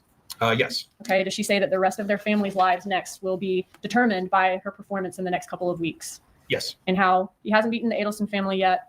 I'm sorry, she needs to put on the performance of her life. He hasn't beaten the Adelson family yet. That's correct. And she has a strong family behind her. Yes. Is next in this email where we see the plan of action outlined? That's correct. And if you could skip through, is this the plan of action about posing the kids in front of the Catholic Church and getting them baptized? That's correct. And assuring her that this is just an act, but don't tell anybody. Yes. And that she should take control of him psychologically? Correct. After this portion where she wants her to psychologically manipulate Dan Markel into converting the children to another religion, what does she say she plans to do next? There's a plan of a financial offer to Mr. Markel. Does she say, I am planning or we are planning? It's we plan to make. Does she go on to describe who this we is in the team? She does, yes. Okay, can we see that? And does she then detail how she, Harvey, and Charlie's lives have been affected by Wendy not being able to relocate? Correct. She says, it's time for you to show us you can put the performance of your life on for the next few weeks. What was a few weeks later? The final divorce hearing. Was that on July 31st and August 1st? Yes. Now, a day or two after this, does Donna Adelson then write another email about the relocation? Yes. In this email, if you can, okay, so this one's from Donna and Harvey, I'm sorry. Yes. Okay. And if you can skip through to where she's discussing the extreme links. Okay, if we can see the next one. In this email, does she describe situations where people have to go to extreme lengths to accomplish their goals, like American soldiers in Nazi uniforms? Yes. And does she next suggest that a major act of defiance would be putting the boys in SS uniforms? Yes. Or Hitler Youth, I'm sorry, Hitler Youth uniforms. Next in this email, does she tell Wendy Adelson to stand up? It's all part of an act and we are willing to help you. She does, yes. And this is where she says that it'll put a scare into this jackass? Yes. Next, does Donna Adelson say in all capitals that Wendy needs to see the big picture? She does, yes. Okay, so you didn't add those were just in there. That's correct. And that her life in Tallahassee is not a pretty picture? Correct. And then finally in this email, does she give details of the financial offer again, the $1 million email? Yes. And does she say that, again, that we are planning, me, her, Charlie, and Harvey, and they want her to help too, Wendy Adelson? That's correct. And finally, does she say that they are a team and they cannot do this without her help? She does. All right, and then how is this email signed off? Written with hope and love, Mom and Dad. All right, okay, this is the final email I'm going to show you today. We're at all in your presentation, October 12th of 2013. So we've fast forwarded a couple of months now. Looking at this email, what can you tell us about the email chain here as far as who sent the first email, who sent the second email, and who sent the final email? So what we see here, again, emphasizing kind of on the content about what's being sent. But if we look at the email chain, we can see originally this is an email from Mr. Markel to Wendy Adelson, where Wendy Adelson has forwarded it to the Donna Harvey Gmail account, and then the Donna Sue has forwarded it to Charlie Adelson. So in Dan Markel's email sent October 10th, the subject is general principles. That's correct. And in that email, does he reference that he wants a right of first refusal, an RFR? That's correct. What does that mean in this situation, according to him? In this situation, if what he wanted was that if Wendy was unavailable to take care of the children, that he be given the first right of refusal before Wendy solicited her parents or anyone else to watch the children. Okay, and then Wendy forwarded that on to the Donna Harvey at Gmail? That's correct. And then did Donna Sue then forward that email on to Charlie Adelson? Yes. And what did Donna Sue say to Charlie Adelson about the contents of everything that she'd forward to him? That Mr. Markel was absolutely crazy and impossible, emphasized. So this effer is sending this to your sister on a regular basis. He is absolutely crazy. She defines RFR and she says impossible in all caps and exclamation points. Yes. All right, so the date of this email, is this October 12th of 2013? Yes. So she's sending this to Charlie Adelson, this information about how impossible Dan Markel's being, what he's doing to Charlie Adelson's sister, about 2 weeks before Halloween of 2013? Yes, 2.5 weeks. Okay. Judge, I've got a few text messages next, and then we're going to go into all of the location information. So I could go probably another 15 to 20 minutes and get through the text, or we could stop now, whatever the court prefers. Just finish with the text. Yes, sir. Was there also phone communication that showed Donna Adelson's venting to Charlie Adelson about Wendy Adelson's custody battle? Yes. Now, around the same date as this last email we saw, October of 2013, in this text message, does Donna Adelson say, horrible evening for your sister and for us. Dad finally had to walk outside to lower his blood pressure. Just awful. I can't even explain. That's correct. Who is she sending that to? To Charlie Adelson. What does he say? So this is slide 66. As we continue into slide 67 with the rest, she indicates, Donna Adelson indicates that she's on the way back to Wendy's house with only one of the children. And Charlie responds, I bet, let's talk this week. Okay, so she doesn't go into any more detail here, but she's describing how stressed Wendy is, and that's causing Dad a lot of stress, and it's just awful for her too. That's correct. And this would have been at that same time, or around the same time as the last email, about 2 weeks before Halloween. Correct. All right, so let's go to October 30th of 2013, so the day before Halloween of 2013. Here is Donna Adelson say that she just got a text from Wendy casually mentioning that she's moving ahead with the purchase of a house that she liked. I guess she wants to do it before a certain date when she goes to England. And what does Charlie Adelson say? That she had never told me. She never told me, meaning Wendy had not told her. How does the conversation go after that? Is Charlie for this or against this? Against it. He's asking Donna Adelson why Wendy would do it, and ask, of course, if Mr. Markel has given permission, all of those things. Okay, and what's next? Is he afraid that Dan Markel will hold this against Wendy Adelson? Like basically like, well, now you've purchased a home here. He would, yes. And use it as leverage. Correct. What's next? And he says he'll try her again, but basically Wendy never gets back to him, basically. Correct. All right, what's next? So we see, again, this is October 30th. We're on slide 72 now, that Charlie Adelson sends a message to Wendy stating that he would call her in 10 minutes. Okay, what's next? He, again, later responds that he must talk to her, to please call him. And she responds that she's in court. She can call after 4. Going through the text, does it seem like eventually they talk? Yes. Okay, can you? Okay, so they're still setting up a time to talk. Everything's okay. What's next? Does he then report back to Donna Adelson? Yes. So we're on slide 75 here, October 31st. Charlie is speaking to Donna, texting with Donna, stating that he had spoke to Wendy and thinks that he had made some headway and hopes they're having a good time on vacation in Israel. Okay, so the phone call between Wendy and Charlie would have happened before this message to Mom or to Donna Adelson. That's correct. Okay, and how does she respond? Oh, I'm sorry. So then does Charlie check back in with Wendy? He does, yes. Okay, and tell us about that conversation. He asked how she's feeling and gives her some general advice and tells her that he loves her. And does that advice involve renting things as opposed to buying them? That's correct. Okay, and says, I love you. He does. What's next? Does Donna then check back in with Charlie? Yes. So this is slide 78, again, still October 31st. And Donna Adelson is communicating with Charlie Adelson. And what does Charlie say next? Spoke to Wendy for 20 minutes last night. She texted me today that she pulled the plug on the house. Smiley face with a lot of smiles. Yes. And that's at Halloween on 5:19 p.m.? Yes. All right, and how does Donna Adelson respond to this news? She says, wow, Charlie, thank you again. How did you accomplish that? You are a miracle worker. Tell us. Okay. So she's saying, thank you again. And she calls him a miracle worker. Yes. And then does Charlie lay out the reasons or how he was able to get Wendy to do this?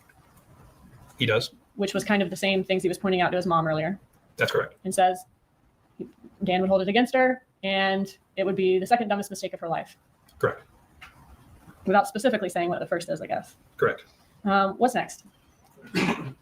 He's telling her how long it took to talk to Wendy about it. Yes. And we're on slide 82. Again, this is November 1st of 2013. And he continues the conversation. All right. What happened next? What's our next text message? Do we have one from February of 2014? Yes. Okay. Here does Donna say that Wendy is totally stressed out. Yesterday was a rough one. She'll probably have to go through another depot. Outrageous. Her attorney is abusing the system. I'm sorry. Her attorney will claim he is abusing the system by filing all these motions. And a $500,000 bank account is the same 50K tried to get his hands on. And Charlie responds, crazy. Yes. Okay. What's next after Donna is venting to him about this?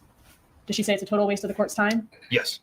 I apologize. I went faster. Yes, that it's a total waste of the court's time. It's a slide 85. We're on February 15th. That yesterday he sent Wendy a text that he saw her leaving the school in our car at 2:07 p.m. He is stalking her. Okay. Well, how does Charlie respond to that? Oh, sorry. And then does Donna talk about wanting to get a protective order? But that's very hard to do if there's no threats or abuse. Correct. But a judge should know that she's being stalked. Correct. And Charlie says, I agree. Yes. Okay. Do they continue talking about the divorce here? Yes. Okay. What's next? And they're continuing to complain about the system, the judge that's assigned to the case. And Charlie says that complaining about the amount that Wendy's attorney is costing. Correct. And Donna's agrees. Yes. Okay. What's next? He wonders if she's mad at her attorney. How does Donna respond? Donna says she's too stressed. Let's keep her conversations with her light. Let's not add to what she's dealing with. Let's just get through Monday. Nothing stressful. Correct. Is there another text message on February 17th? Yes. This is slide 92. And on this, is Donna saying that she just left the courthouse? Yes. Okay. And how does Donna respond? How did it go? She says, okay, we'll talk later. Okay. And she gives some more detail about what happened in court. Yes. Slide 95, still on February 17th. That the judge was really pissed at him for not paying Wendy and continues. Okay. And it looks like Wendy's still going to have to be deposed, but with strict limitations to questions. Correct. And she wants Danny to get psychological testing. Correct. All right. What's after that? They're talking about Danny getting a large bill. Yes. Okay. What's next? So February 19th. Is this more talk about the divorce proceedings? Yes. I won't make you read this whole email. I'm getting tired too. But basically in this email is Donna complaining about Dan Markel coming to the soccer game with the boys and wanting to play with them. Yes. And she calls him an F word here. Yes. A couple of things. And basically saying he's allowed to attend the children's activity when it's Wendy time, but that's it. He can't be spending more time with them than just attending. Correct. Okay. What's next? This is now March 4th of 2014. We're on slide 98. Okay. Thank you. So on this day, so on March 4th of 2014, was there a text message in the records where Donna Adelson asked Charlie Adelson to erase a text that she sent to him? There is, yes. Okay. Can you walk us through that exchange? So again, this is March 4th. She is communicating with Charlie. She indicates 37 miles to Gainesville. As in coming from Tallahassee going to Gainesville. That would be correct, yes. Okay. And what does she say here? She says, I can't talk now, but I'll text you before we stop in Gainesville where I can go to the bathroom and have a moment of privacy. Then I'll call. Please pick up because I will have limited alone time today. Erase this text after you read it. What does she send a few minutes later?